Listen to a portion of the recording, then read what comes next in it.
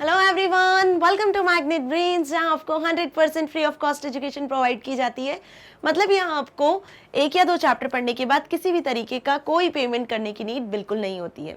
सो students, video lectures topic wise तो सारी चीज़ें अवेलेबल है ही मैग्नेट ब्रेन्स पे फ्री ऑफ कॉस्ट। अब मैग्नेट ब्रेन्स आपको टेस्ट पेपर सीरीज भी प्रोवाइड कर रहा है, वो भी 100% free from class 4 to 12th of all subject. Okay, so test paper series आपको हर एक सब्जेक्ट की मिल जानी है। अब जैसे कि क्लास 12th आईपी का टेस्ट पेपर भी मैंने आपको प्रोवाइड करवा दिया था और होप आप सभी ने class 12th IP chapter number 5 internet and web का टेस्ट पेपर देख भी लिया होगा, क्योंकि इस चैप्टर को, इंटरनेट एंड वेब वाले चैप्टर को हम ऑलमोस्ट कंप्लीट कर चुके हैं। इसके वीडियोस, लेक्चर्स, प्रैक्टिकल्स के जो भी वीडियोस है वो, fill up, true false, MCQs, NCERT solutions, almost सब हमने इस चैप्टर का कंप्लीट कर लिया है। ये एक थ्योरेटिकल बेस्ड चैप्टर है, ये भी आपको अच्छे से पता है।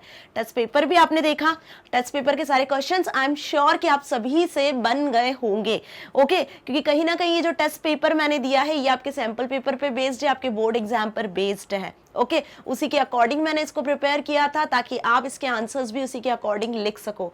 सो चलिए आज की इस वीडियो को स्टार्ट करते हैं इसी अच्छी बात के साथ। This is Barkha Gupta, your IP educator for class 12th, और आज की इस वीडियो में हम जो टेस्ट पेपर आपने सॉल्व किया है बस उसी के टेस्ट पेपर सॉल्यूशन को डिस्कस करने वाले हैं, जो कि डिवाइड है आपके 3 सेक्शंस में। ओके, सो फर्स्ट जो सेक्शन है सेक्शन नंबर ए, जिसमें मैंने कुछ क्वेश्चंस लिखे हुए हैं यहाँ पर, होप आप सभी ने सॉल्व किए होंगे, जो कि 2 मार्क्स पर बेस्ड है। कुछ बेसिक क्वेश्चंस ही हैं इस चैप्टर में, जो टर्मिनोलॉजीज थी इंटरनेट एंड वेब की। इंटरनेट क्या होता है, नेटवर्क क्या होता है, ठीक है, इनमें web page, web browser, website, internet working devices, network topologies, है ना। इन्हीं पर बेस्ड कुछ 2 मार्क्स के क्वेश्चंस थे जो मैंने प्रिपेयर किए थे, वो आपकी एग्जाम पॉइंट ऑफ व्यू से मोस्ट इंपॉर्टेंट भी है। सो उनके सॉल्यूशंस को अब हम डिस्कस कर लेते हैं। So first is, what is a network, why is it needed. Network क्या होता है और क्यों इसकी जरूरत होती है, why it is needed. So question इस तरीके से भी आ सकता है, और क्वेश्चन यही सेम क्वेश्चन ऐसे भी पूछ सकते हैं, mention one advantage of networking, ये भी पूछ सकते हैं। ठीक है, देखो ऐसे भी पूछ सकते हैं कि what are the features of network, right. तो तीनों में से कैसा भी क्वेश्चन आएगा आपको आंसर यही लिख कर आना है। तो नेटवर्क क्या होता है, नेटवर्क के क्या एडवांटेजेस है, नेटवर्क की क्या फीचर्स है, क्यों नेटवर्क की जरूरत हुई, व्हाट आर एडवांटेजेस, है ना। तो जब क्वेश्चन इस तरीके का आएगा तो आपको आंसर ये लिख कर आना है। मतलब कि मैंने एक आंसर प्रिपेयर किया हुआ है, यहाँ पर एक आंसर बनाया है जिसमें नेटवर्क का डेफिनेशन है, उसके एडवांटेज, फीचर्स। देखो एडवांटेज और फीचर बेसिकली यहाँ पर एक ही चीज है ना, लिखने का तरीका आपको बस आना चाहिए। क्लियर। सो क्या आंसर प्रिपेयर करना है हमें यहाँ पर, व्हाट इज नेटवर्क में सबसे पहले तो नेटवर्क की डेफिनेशन लिखना है। Like a network is an interconnected collection of autonomous computers that can share and exchange information. Basically network की नीड क्यों पड़ती है हमें, इंफॉर्मेशन को शेयर और एक्सचेंज करवाने के लिए, राइट। कंप्यूटर्स आपस में कनेक्ट हो सके, इंफॉर्मेशन को एक्सचेंज कर सके, शेयर कर सके, डेटा को शेयर कर सके, आपस में कम्युनिकेट कर सके, राइट। इसी के लिए हमें नेटवर्क को फॉर्म करने की नीड होती है।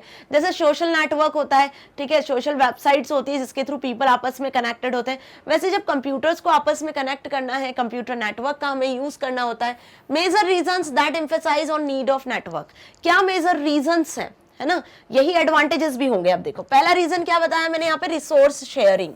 मतलब कि सपोज यहाँ पे हम रिसोर्स की बात करें तो प्रिंटर, स्कैनर, हार्ड ड्राइव, जो भी डिवाइस होते हैं ना, जो पेरिफेरल्स होते हैं, उनकी शेयरिंग की बात की जा रही है कि जब मल्टीपल कंप्यूटर्स आपस में कनेक्टेड होंगे, एक नेटवर्क में कनेक्टेड होंगे, है ना, तो वो रिसोर्स को शेयर कर सकते हैं। अब हर एक कंप्यूटर के लिए आपको अलग अलग प्रिंटर खरीदने की जरूरत नहीं पड़ेगी। यदि 10 कंप्यूटर आपके पास में है तो वो 10 कंप्यूटर एक ही प्रिंटर को शेयर कर सकते हैं, एक ही स्कैनर को शेयर कर सकते हैं, एक ही हार्ड ड्राइव को शेयर कर सकते हैं। कब, जब वो 10 कंप्यूटर्स आपस में कनेक्टेड होंगे, ओके, नेटवर्क के थ्रू। तो resource sharing is the first important feature, और हम इसको एडवांटेज के फॉर्म में भी लिख सकते हैं। So through a network data, software and hardware resources can be shared. अब यहाँ पे देखो, सिर्फ आप रिसोर्स की बात करोगे तो सिर्फ प्रिंटर, स्कैनर नहीं, आप इंफॉर्मेशन को, डेटा को, हार्डवेयर को, सॉफ्टवेयर को, सब चीजों को शेयर कर सकते हो। इवन नेटवर्क डिवाइसेस जिसके थ्रू कनेक्टेड रहते हैं कंप्यूटर सिस्टम, उन्हें भी, okay, can be shared irrespective of the physical location of the resources and the user. तो रिसोर्स शेयरिंग समझ में आ गया अच्छे से क्या होता है। सेकंड है रिलायबिलिटी। अब रिलायबिलिटी मतलब कि क्या बात हो रही है यहाँ पर कि a file can have its copies on 2 or more computers of the network, so if one of them is unavailable the other copies could be used, that makes a network more reliable। तो reliability भी मिलती है ना। Reliability कैसे, अब सारे computers आपस में कनेक्टेड है, तो कोई एक सिस्टम पे यदि आपने कोई एक फाइल बनाई है तो वो फाइल सारे सिस्टम इजीली क्या कर सकते हैं, शेयर कर सकते हैं। उस एक फाइल पे सभी यूजर्स जो हैं, जो कंप्यूटर्स से में कनेक्टेड है नेटवर्क में, वो यूजर्स सिमिलर फाइल पे वर्क कर सकते हैं, ठीक है। सबके सिस्टम पे वो फाइल इजीली अवेलेबल हो जाएगी, राइट। अब यदि किसी एक सिस्टम से वो फाइल डिलीट भी हो जाती है तो नेटवर्क ये रिलायबिलिटी प्रोवाइड करता है कि आप किसी और सिस्टम से उसको एक्सेस कर सकते हो। Okay, so reliability is another feature और अनदर नीड जिसकी वजह से हमें नेटवर्क की जरूरत हुई। ओके, नेक्स्ट देखते हैं अब हम रिड्यूस्ड कॉस्ट। जब नेटवर्क में कंप्यूटर्स आपस में कनेक्ट हुए तो कॉस्ट भी कहीं ना कहीं रिड्यूस हुई, ठीक है। Since resources can be shared it greatly reduces the cost. जैसे मैंने बताया कि यदि 10 सिस्टम आपस में कनेक्टेड है एक नेटवर्क में, ठीक है, एक नेटवर्क में 10 सिस्टम आपस में कनेक्टेड है और एक ही प्रिंटर को, एक ही स्कैनर को शेयर कर रहे हैं, तो कहीं ना कहीं कॉस्ट रिड्यूस हो रही है। यदि नेटवर्क में कनेक्टेड नहीं होते तो आपको क्या करना होता है, 10 प्रिंटर्स, 10 स्कैनर्स, 10 हार्ड ड्राइव्स वगैरह की जरूरत होती, अलग अलग सिस्टम के लिए अलग अलग रिसोर्सेज की नीड होती, तो वहां पे कॉस्ट बढ़ती। लेकिन जब नेटवर्क में कंप्यूटर्स को आपने कनेक्ट कर दिया तो आप सॉफ्टवेयर को भी शेयर कर पा रहे हो, आपको इजीली सॉफ्टवेयर, सभी सिस्टम के लिए सॉफ्टवेयर परचेज करने की जरूरत नहीं है। आप एक सॉफ्टवेयर परचेज करो और शेयर कर सकते हो सभी सिस्टम में, है ना। इसी तरीके से आप एक पेरिफेरल या एक रिसोर्स, जैसे प्रिंटर, स्कैनर की मैंने बात बताई, वो खरीद सकते हो, उसको भी शेयर कर सकते हो अमंग डिफरेंट कंप्यूटर्स के साथ। तो कहीं ना कहीं कॉस्ट भी नेटवर्क में होने की वजह से रिड्यूस हुई है। ओके, नाउ फास्ट कम्युनिकेशन, और कम्युनिकेशन भी कैसा होता है, फास्ट हो जाता है। With network it is possible to exchange information at very fast speed. Different different type के नेटवर्क होते हैं जिनका आप यूज कर सकते हो, है ना, और हर एक नेटवर्क का अपने अकॉर्डिंग उनका अपना रिक्वायरमेंट होता है, हर एक नेटवर्क की अपनी कैपेबिलिटी होती है, अपने फीचर्स होते हैं। तो यदि हम सबसे स्मॉलेस्ट नेटवर्क की बात करते हैं लैन में, तो सबसे ज्यादा फास्ट स्पीड आपको वहां पे मिलती है नेटवर्क की। क्लियर, तो क्या जरूरत थी नेटवर्क की भैया, कंप्यूटर नेटवर्क की, आपको समझ में आ गया जरूरत क्यों पड़ी हमें, क्या एडवांटेज हुए, क्या फीचर्स हुए, resource sharing, reliability, fast communication, reduced cost, this all are the necessities. Okay, यहाँ हम इनको एडवांटेज और फीचर भी बोल सकते हैं। तो बिल्कुल एग्जाम में जब क्वेश्चन आएगा तो इस तरीके का, तो बिल्कुल कंफ्यूज नहीं होना है। अब आप सोच रहे होंगे 2 मार्क्स का क्वेश्चन था लेकिन मैम ने तो इतना लेंदी लिखवा दिया है आंसर, बट सुनो ये लेंदी नहीं है, ये 2 मार्क का क्वेश्चन था। अब यहाँ पे क्वेश्चन पूछा था what is a network, why it is needed, तो आप सिर्फ इनके पॉइंट्स लिख कर आओ। रिसोर्स शेयरिंग के लिए आपको जरूरत होती है, रिलायबिलिटी के लिए जरूरत होती है, फास्ट कम्युनिकेशन के लिए जरूरत होती है। मैंने डिटेल में इसलिए लिखा है इसका आंसर, कभी यही सेम क्वेश्चन, चांसेस है ना यही सेम क्वेश्चन यदि आपसे 3 या 4 नंबर में भी पूछा जाएगा तो आप इस तरीके से आंसर को लिख सकते हो। देखो ये डिपेंड करता है कि आप किस तरीके से क्वेश्चन के आंसर को बिल्ड कर सकते हो। क्लियर, ये कैपेबिलिटी आप में होनी चाहिए, क्योंकि अब इतना हम पढ़ चुके हैं इस चैप्टर के बारे में कि कैसा भी क्वेश्चन यदि एग्जाम में आएगा तो आप लिख सकते हो, right.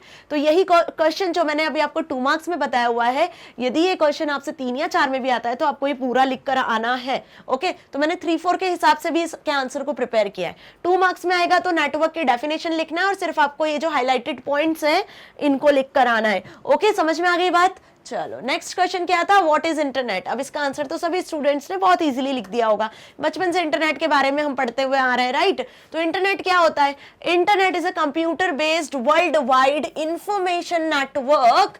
The internet is composed of a large number of smaller interconnected network. अब नेटवर्क कौन सा था पहला, मैंने बताया था डिटेल में, फिर से बता रही हूँ। 1969 में ARPANET पहला नेटवर्क बनाया गया था। 1980 में NSF नेट आया था दूसरा नेटवर्क। बस ऐसे छोटे छोटे नेटवर्क बनते गए और इन सभी नेटवर्क से लार्ज नेटवर्क फॉर्म हुआ जिसे इंटरनेट कहते हैं। तो वर्ल्ड वाइड जब जो नेटवर्क कनेक्टेड है, वर्ल्ड वाइड जब आपके कंप्यूटर सिस्टम आपस में कनेक्टेड है through client server architecture, okay, through server based और कंप्यूटर क्लाइंट बेस्ड, तो हम क्या बोलेंगे, इसे एक इंटरनेट फॉर्म कर रहे हैं, ठीक है। कि आप एक कंट्री में, इंडिया में रहकर आप लंदन में किसी से भी कांटेक्ट कर सकते हो, इजीली मेल सेंड कर सकते हो, ठीक है। कैसे कर पा रहे हो ये easily, with in a second, with in a minute आप कैसे कर पा रहे हो ये इंटरनेट का यूज करके। तो इंटरनेट के बारे में भी तो आप लिख सकते हो ना कि स्मॉलर इंटरकनेक्टेड नेटवर्क से एक लार्ज नेटवर्क जब फॉर्म हुआ जो कि ग्लोबली आप कंप्यूटर सिस्टम्स को एक्सेस कर सक रहे हो, वहां की इंफॉर्मेशन को एक्सचेंज कर पा रहे हो। सो वो किसकी मदद से कर पा रहे हो, इंटरनेट की मदद से, ठीक है। So on internet each connected individual can communicate with anyone else on the internet, can publish ideas, can sell products with a minimum overhead cost. अब इंटरनेट के बारे में जो मैंने लिखा है ये जरूरी नहीं है कि जो यहाँ पे आंसर लिखा हुआ है वही सेम आंसर आपको लिख कर आना है।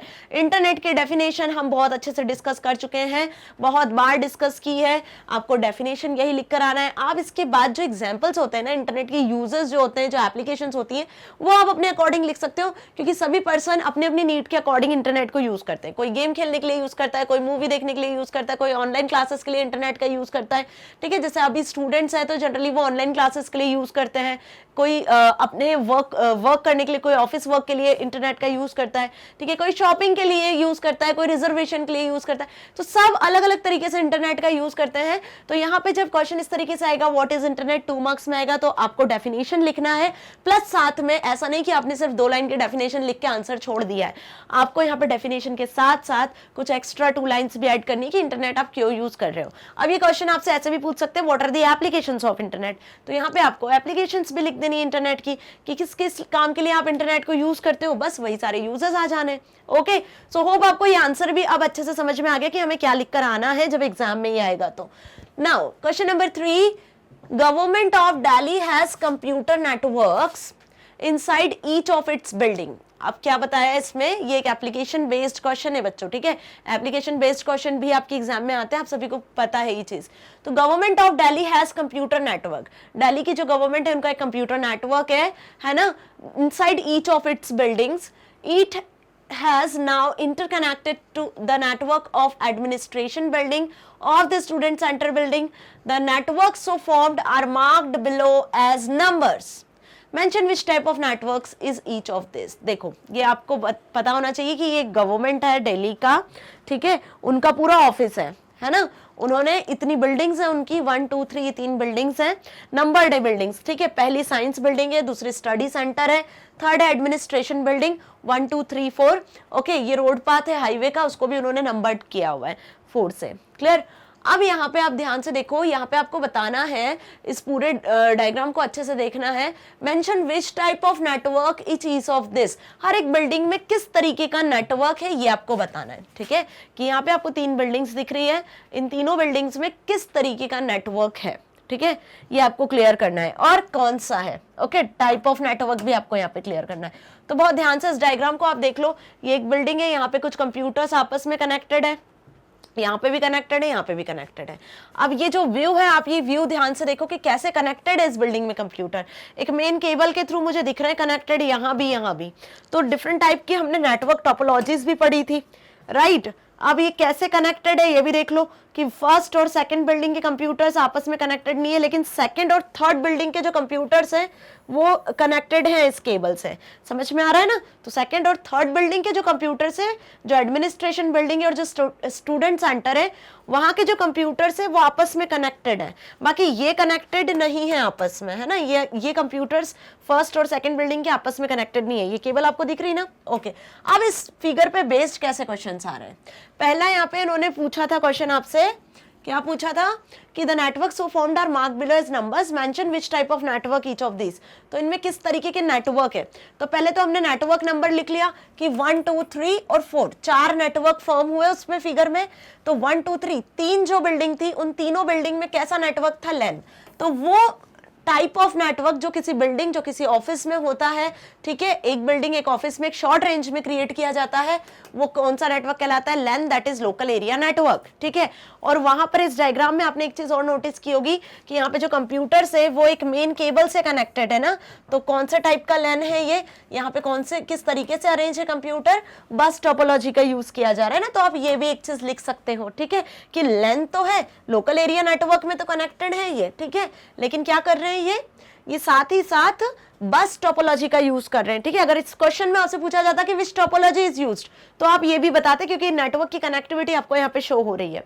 ओके, लेकिन अब जैसे मैंने बताया कि 1 2 3 तीनों बिल्डिंग के जो नेटवर्क है वो तो लैन में कनेक्टेड है, लेकिन 4th नंबर का जो नेटवर्क है वो वैन है, that is wide area network, क्योंकि इसने एक से ज्यादा बिल्डिंग को कनेक्ट किया हुआ है, ठीक है, एक से ज्यादा हम बोल सकते हैं लैन को आपस में कनेक्ट किया हुआ है। तो जैसा मैंने बताया था आपको कि ये आप देख रहे हो ना, एक केबल है जिसके थ्रू क्या है ये दोनों स्टडी सेंटर्स, जो दोनों बिल्डिंग्स हैं उनके कंप्यूटर्स आपस में कनेक्टेड है, तो इसे हम क्या बोलेंगे कि ये किस तरीके का नेटवर्क हुआ, when that is wide area network, it is connecting only networks 2 and 3। Okay, clear हुआ? इस तरीके से ये आंसर आपको लिखकर आना है। यदि इसमें टोपोलॉजीज भी पूछे तो उसमें एग्जैक्टली इस फिगर में शो कर रहे हैं टोपोलॉजीज भी आपको बस टोपोलॉजी से कनेक्टेड है।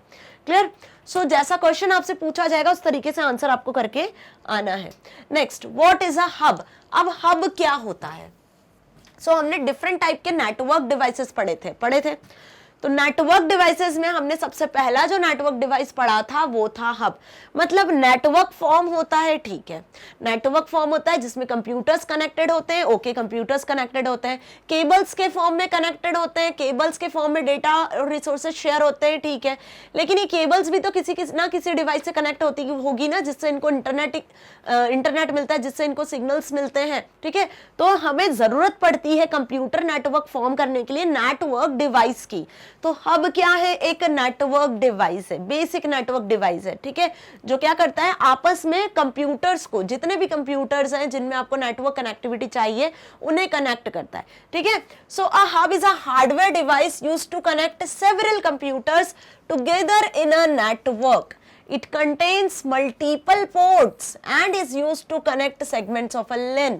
ठीक है, एक LAN में 5, 10, 15, 20 जितने भी कंप्यूटर आपस में कनेक्टेड है, तो हब एक नेटवर्क डिवाइस होता है जिसमें मल्टीपल पोर्ट्स होते हैं। तो ये वायर्ड डिवाइस होता है, ठीक है। हर एक कंप्यूटर की जो केबल है वो उस हब से आके कनेक्ट होती है, जो मल्टीपल पोर्ट्स है ना वहां आके कनेक्ट होती है, ताकि सारे सिस्टम इस नेटवर्क डिवाइस के थ्रू इंटरनेट को एक्सेस कर सके, नेटवर्क में कनेक्ट हो सके, फाइल्स को, रिसोर्स को शेयर कर सके।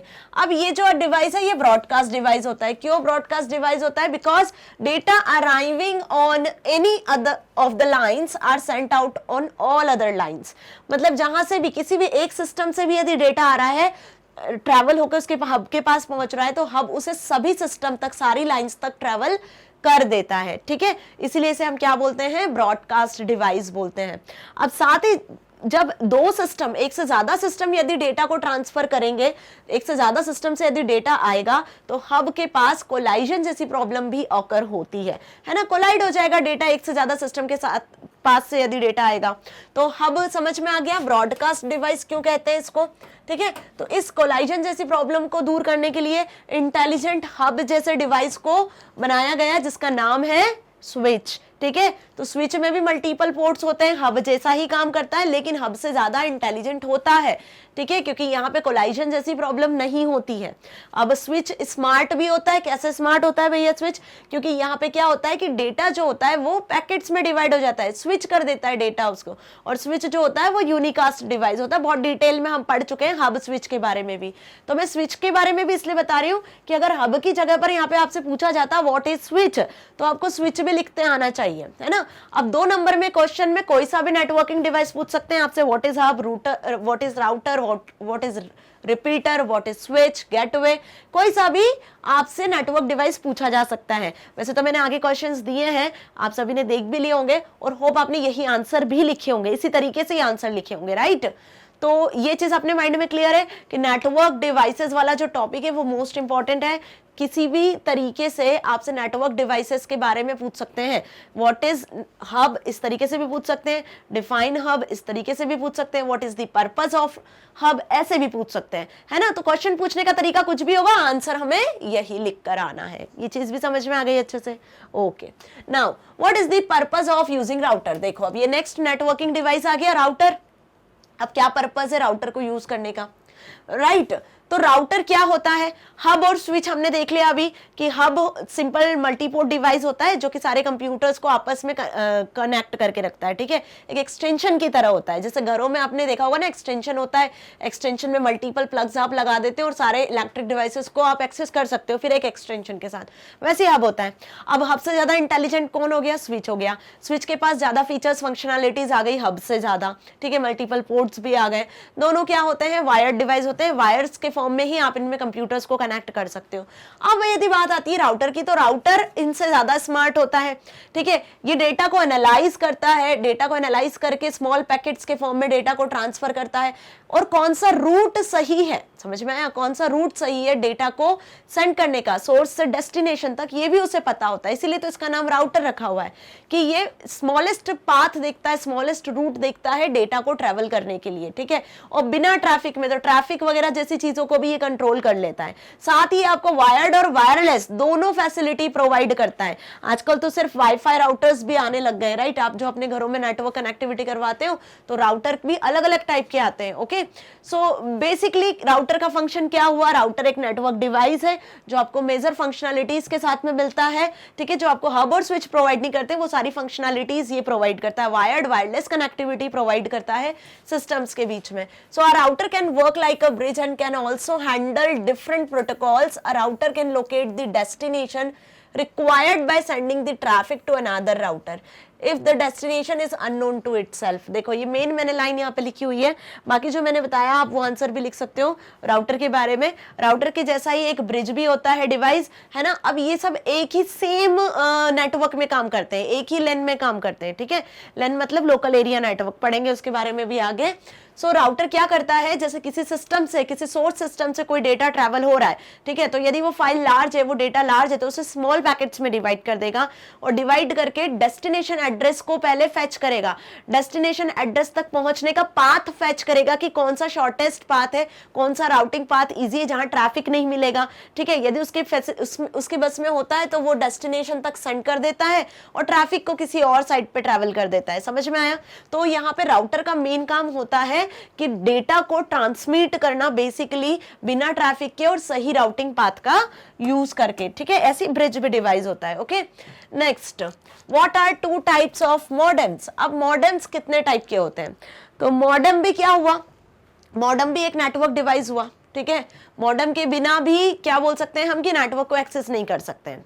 अब ये हब स्विच राउटर, इनके पहले मॉडेम वाला डिवाइस चलता था, ठीक है, नेटवर्क को एक्सेस करने के लिए, जिसमें टेलीफोन लाइंस की यूज किया जाता था। मतलब टेलीफोन के थ्रू आप अपने मॉडेम को कनेक्ट करते हो, ठीक है, और जो डेटा ट्रांसमिट होता था वो मॉडेम से पहले टेलीफोन लाइंस पे जाता था और टेलीफोन लाइन से फिर रिसीवर सिस्टम तक पहुंचता था, ठीक है। तो यहाँ पे मॉडेम का जो फुल फॉर्म है यदि बात करें तो मॉड्यूलेशन एंड डीमॉड्यूलेशन। क्या होता है इसका full form, modulation and demodulation, okay. So modems come in to varieties. Modem जो है वो दो वेराइटी में अवेलेबल होते हैं मार्केट में, internal modem and external modem. Internal modem जो क्या होता है, हमारे कंप्यूटर में सीपीयू में फिक्स्ड होता है internally. This modems that are fixed within the computer, जो कंप्यूटर में विद इन फिक्स्ड होते हैं।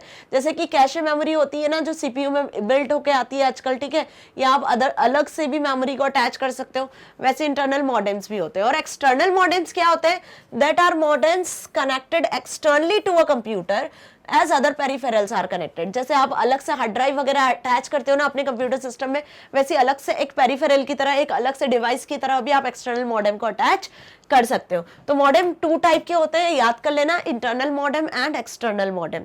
मॉडेम की वर्किंग क्या होती है, क्लियर है ना, कि मॉडेम टेलीफोन लाइंस के साथ कनेक्टेड होते हैं। सिस्टम से, सोर्स सिस्टम से, सेंडर सिस्टम से जो भी डेटा आता है वो डिजिटल फॉर्म में आता है, वो मॉड्यूलेशन प्रोसेस के थ्रू मॉडेम उसे कन्वर्ट करता है टेलीफोन लाइंस में जो एनालॉग सिग्नल्स होते हैं उसके फॉर्म में।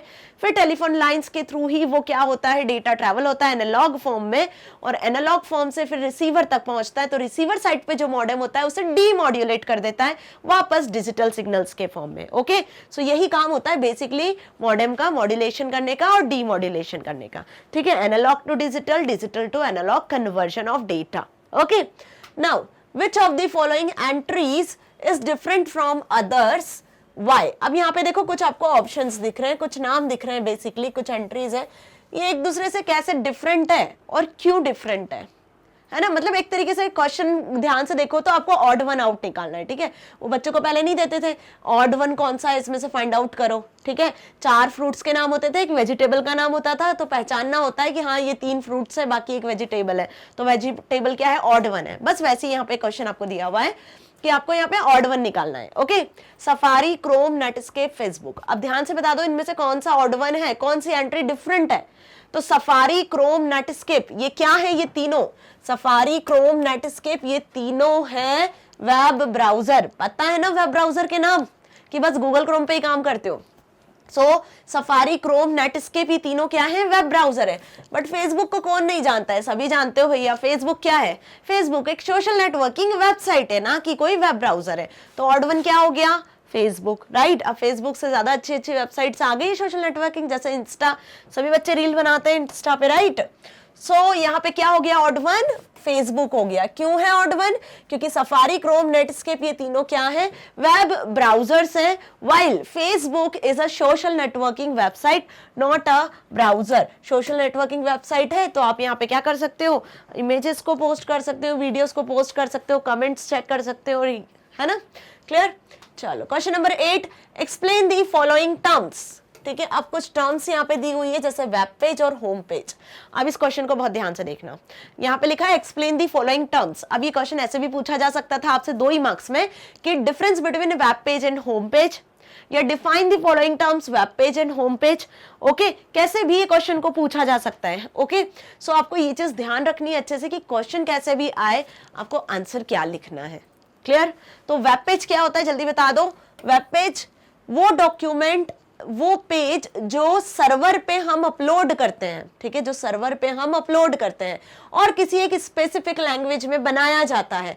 कौन सी लैंग्वेज हो गई वो, HTML लैंग्वेज हो गई, जावास्क्रिप्ट हो गई, ASP.NET हो गया, PHP लैंग्वेज हो गई, है ना, यदि आपको डायनेमिक वेब पेज बनाना है तो, राइट। तो वो डॉक्यूमेंट, वो पेज जो आप सर्वर पे अपलोड करते हो किसी स्पेसिफिक लैंग्वेज में लिख कर, ठीक है, तो उस पेज को हम क्या बोलते हैं, वेब पेज बोलते हैं। वो पेज, वो डॉक्यूमेंट वेब कब बनता है, तभी बनता है जब वो इंटरनेट पे जाके, सर्वर पे जाके, वर्ल्ड वाइड वेब पे जाके अपलोड होता है। ओके, और उस वेब पेज को यदि आपको एक्सेस करना है, जब पब्लिक उस वेब पेज को एक्सेस करेगी तो किस फॉर्म में एक्सेस करेगी, HTTP प्रोटोकॉल की मदद से, हाइपरटेक्स्ट ट्रांसफर प्रोटोकॉल की मदद से, है ना, उसके URL की मदद से, उस वेब पेज के एड्रेस की मदद से हम उसको एक्सेस करेंगे। ठीक है, तो वेब पेज है डॉक्यूमेंट यूजिंग HTTP, वो डॉक्यूमेंट जो HTTP प्रोटोकॉल का यूज करता है, and that resides on website is known as web page, जो वेबसाइट के अंदर होता है। मतलब वेब पेजेस के, बहुत सारे वेब पेजेस के कलेक्शन से वेबसाइट बन जाती है, राइट। तो वेबसाइट में होता है पेज और HTTP की मदद से हम उस वेब पेज को एक्सेस कर पाते हैं, तो वही पेज क्या कहलाता है, वेब पेज कहलाता है। ओके, अब बात आती है होम पेज की। तो किसी भी वेबसाइट का सबसे पहला पेज, जैसे हमारी वेबसाइट है magnetbrains.com, तो उसमें सबसे पहला पेज क्या दिखता है, जहां पे आप अपनी क्लास को सिलेक्ट करते हो। तो किसी भी वेबसाइट का सबसे पहला पेज, जो होल वेबसाइट में जितने भी वेब पेजेस हैं वो लिंक्ड है, उनकी इंफॉर्मेशन देता है कि सारे वेब पेजेस में क्या क्या इंफॉर्मेशन है, कैसे लिंक्ड है, उनकी सारी हाइपर लिंक जिस पेज पे होती है वो होम पेज कहलाती है। तो होम पेज भी एक वेब पेज ही होता है, लेकिन सबसे पहला पेज जो हुआ वेबसाइट का वो होम पेज हुआ। लैंडिंग पेज भी कहते हैं, होम पेज भी कहते हैं। So it is the top level web page of the website. Website का कौन सा पेज हुआ, top level. This is the page that gets display first, जो सबसे पहले डिस्प्ले होता है, all when a website is opened. Okay, so clear हुआ अच्छे से कि वेब पेज और होम पेज क्या हुए। Fine, next, what is chatting. अब क्या है नेक्स्ट क्वेश्चन, चैटिंग क्या होता है। It is necessary to be online that is connected to internet while chatting. जब आपको चैटिंग करना है तो क्या ये जरूरी होता है कि आप इंटरनेट से कनेक्टेड रहें, आप ऑनलाइन रहें, तभी आप चैट कर पाओगे। ठीक है, और चैटिंग एक्चुअली क्या होता है, देखो ये क्वेश्चन भी इंपॉर्टेंट है ना। ये हमने कहाँ देखा था, एप्लीकेशंस ऑफ इंटरनेट में, कि इंटरनेट का जो यूज है, सबसे ज्यादा यूज जो हो रहा है वो चैटिंग के लिए ही यूज हो रहा है। चाहे बिजनेस ऑर्गेनाइजेशन हो, फ्रेंड्स हो, फैमिलीज हो, है ना, कोई भी पर्सन हो, वो बेसिकली जो यूज कर रहे हैं हम इंटरनेट का, वो चैटिंग के पर्पज से यूज कर रहे हैं। ठीक है, तो चैटिंग क्या होता है, ऑनलाइन टेक्सचुअल टॉक होती है। अब इसके लिए क्या आपको इंटरनेट की नीड होती है, ऑब्वियस, बिना इंटरनेट के, बिना ऑनलाइन रहे आप कैसे चैटिंग कर पाओगे। Okay, so chat is online textual conversation wherein the message typed by the sender is instant made available to their recipient. Chatting का मतलब होता है जब आप इंस्टेंट होकर इंस्टेंटेनियसली चैट कर सकते हो, कन्वर्सेशन कर सकते हो। तो इंस्टेंटेनियसली चैट करने के लिए आपको इंटरनेट की नीड होती है, क्योंकि यहाँ पे जो सेंडर है, जो मैसेज को सेंड कर रहा है, वो रिसीवर तक तुरंत पहुंचता है और रिसीवर उसको तुरंत रिप्लाई करता है, राइट, जब मैसेज पहुंचता है। तो क्लियर। और ये पहुंचता कैसे है मैसेज, जब वो इंटरनेट की एक्सेस होती है तो, clear. So is vice versa, yes it is necessary to be online while chatting. तो जब चैटिंग की बात आ रही है तो आपको सबसे मेन पॉइंट यही याद रखना है कि online textual talk, online textual conversation where a message send by a sender instantaneously to the other persons, okay, to the receiver. अब इसके लिए चैटिंग के लिए बहुत सारे सॉफ्टवेयर्स अवेलेबल है। सॉफ्टवेयर्स के नाम आप सभी को पता है, व्हाट्सएप, इंस्टा, टेलीग्राम, फेसबुक, ये सब क्या है, ये सब अपने अपने मैसेंजर्स देते हैं, है ना, जिनके थ्रू आप चैटिंग कर सकते हो, राइट। सो इसके अलावा चैट रूम्स भी होते हैं, स्काइप भी होते हैं, गूगल हैंगआउट्स हैं, बहुत सारे सॉफ्टवेयर्स हैं जो आपको इंस्टेंट मैसेजिंग प्रोवाइड करते हैं, जिसे हम चैटिंग कहते हैं, clear. Next, for web pages where the information is changed frequently, बहुत ध्यान से समझना, for web pages where the information is changed frequently, वो वेब पेज जहां पे फ्रिक्वेंटली इंफॉर्मेशन चेंज होती है। फॉर एग्जाम्पल जैसे स्टॉक प्राइजेस, अब स्टॉक के प्राइजेस भी क्या होते हैं, फ्रिक्वेंटली चेंज होते रहते हैं, ठीक है। वेदर इंफॉर्मेशन, वेदर की जो इंफॉर्मेशन है वो भी चेंज होती रहती है, ठीक है। विच out of the following option would you advice, तो इस टाइप के वेब पेजेस बनाने के लिए हम किस वेब पेज का यूज करते हैं, स्टैटिक वेब पेज का या डायनेमिक वेब पेज का। तो क्वेश्चन देखो यहाँ पे सीधा सीधा सा पूछ सकते थे आपसे कि define dynamic web page, define static web page, है ना, या what is static and dynamic web page, या difference between static and dynamic web page. तीनों तरीके से क्वेश्चन आपसे पूछ सकते थे, ठीक है, लेकिन यहाँ पे इन्होंने एक कंडीशन देके आपसे क्वेश्चन पूछा है, एक एग्जाम्पल के पॉइंट ऑफ व्यू से क्वेश्चन पूछा है कि जब स्टॉक के प्राइसेस चेंज हो रहे हैं, वेदर इंफॉर्मेशन चेंज हो रही है, तो ये जो इंफॉर्मेशन किसी वेब पेज पे है, किसी वेबसाइट पे है, तो उस टाइप की वेब पेज को, उस टाइप की वेबसाइट को हम क्या कहते हैं, स्टैटिक वेब पेज कहते हैं या डायनेमिक वेब पेज कहते हैं। तो जब आपको स्टैटिक और डायनेमिक पता है, इनका डिफरेंस आपको क्लियर है, तो आप इसका आंसर बहुत अच्छे से लिख सकते हो। एंड होप आप सभी को पता ही होगा कि स्टैटिक वेब पेज वो वेब पेजेस होते हैं जिन वेब पेजेस में जो इंफॉर्मेशन होती है, जो फिक्स्ड होती है, जिसे चेंज नहीं कर सकते हो आप, हर यूजर के लिए वो इक्वल एक जैसी होती है। लेकिन डायनेमिक वेब पेजेस क्या होते हैं, जिसकी information time to time update होती रहती है। टाइम टू टाइम मतलब हम जैसे स्टॉक प्राइजेस है ना, वो हर एक घंटे में चेंज हो रहे हैं। वेदर इंफॉर्मेशन है, सुबह कुछ और थी, शाम का कुछ और वेदर है, टेम्परेचर है, वो सब चीजें चेंज हो रही है, राइट। तो इस तरीके की इंफॉर्मेशन वेबसाइट पे भी टाइम टू टाइम अपडेट हो रही है, चेंज हो रही है। जब अलग अलग यूजर उसे अलग अलग टाइम पे एक्सेस कर रहे हैं या एक ही टाइम पे एक्सेस कर रहे हैं, तो अलग अलग इंफॉर्मेशन मिल रही है, राइट। तो वो कौन से पेजेस हुए, वो पेजेस होते हैं डायनेमिक वेब पेज, जो किस में लिखे जाते हैं, जिसके लिए हमें स्क्रिप्टिंग लैंग्वेजेस की जरूरत होती है, जैसे जावास्क्रिप्ट हो गया, या स्पेशल लैंग्वेजेस की जरूरत होती है वेब पेज डिजाइनिंग के लिए, जैसे कि ASP.NET, PHP, पाइथन वगैरह, ठीक है। सो डायनेमिक वेब पेज होगा इसका correct answer, because dynamic web pages are created every time with the changed और अपडेटेड इंफॉर्मेशन। ये डायनेमिक वेब पेजेस हर बार क्रिएट होते हैं जैसे इंफॉर्मेशन चेंज या अपडेट होती है, in contrast to static web page that will always remain the same, okay. So बात समझ में आ गई ना। ये क्वेश्चन आपसे डिफरेंस के पॉइंट ऑफ व्यू से भी पूछ सकते हैं स्टूडेंट्स, तो दोनों तरीके से आपको इस क्वेश्चन को लेकर अवेयर रहना है। और static dynamic web page 100% important question है, ओके। मैं जितने भी क्वेश्चंस आपको यहाँ टेस्ट पेपर में दिए हैं, ये सब आपके एग्जाम पॉइंट ऑफ व्यू से मोस्ट इंपॉर्टेंट क्वेश्चंस हैं। इन पर बेस्ड कैसा भी क्वेश्चन आपसे आ सकता है, इन टॉपिक्स पर बेस्ड, ओके। मतलब क्वेश्चन पूछने का तरीका कैसा भी हो सकता है, क्लियर। नाउ नेक्स्ट, अब हम स्टार्ट करते हैं section number B. Section number A के कुछ 10 क्वेश्चंस थे, 2 मार्क्स से रिलेटेड, हमने डिस्कस कर लिए हैं।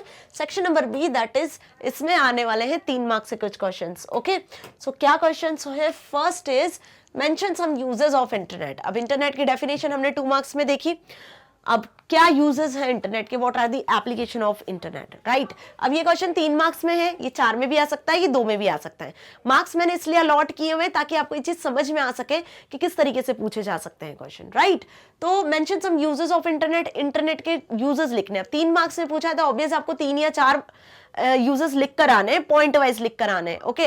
2 मार्क्स में पूछते तो आप 2 पॉइंट लिख कर आते, यदि यही सेम क्वेश्चन आपसे 4 मार्क्स में पूछा तो आप 4 पॉइंट लिख कर आओगे, ओके। और डिफरेंट डिफरेंट यूजेस लिखने हैं, एप्लीकेशंस। तो यहाँ पे पूछ सकते हैं आपसे एप्लीकेशंस ऑफ इंटरनेट भी पूछे या यूजेस ऑफ इंटरनेट भी पूछे, दोनों का आंसर आपको यही लिख कर आना है। तो क्या देखा था हमने इस चैप्टर में, एप्लीकेशन ऑफ इंटरनेट, ईमेल के लिए, चैटिंग के लिए, वीडियो कॉन्फ्रेंसिंग के लिए, ठीक है। बाकी ऑनलाइन गेमिंग, शॉपिंग वगैरह, ये तो सब चीजें हैं ही, है ना।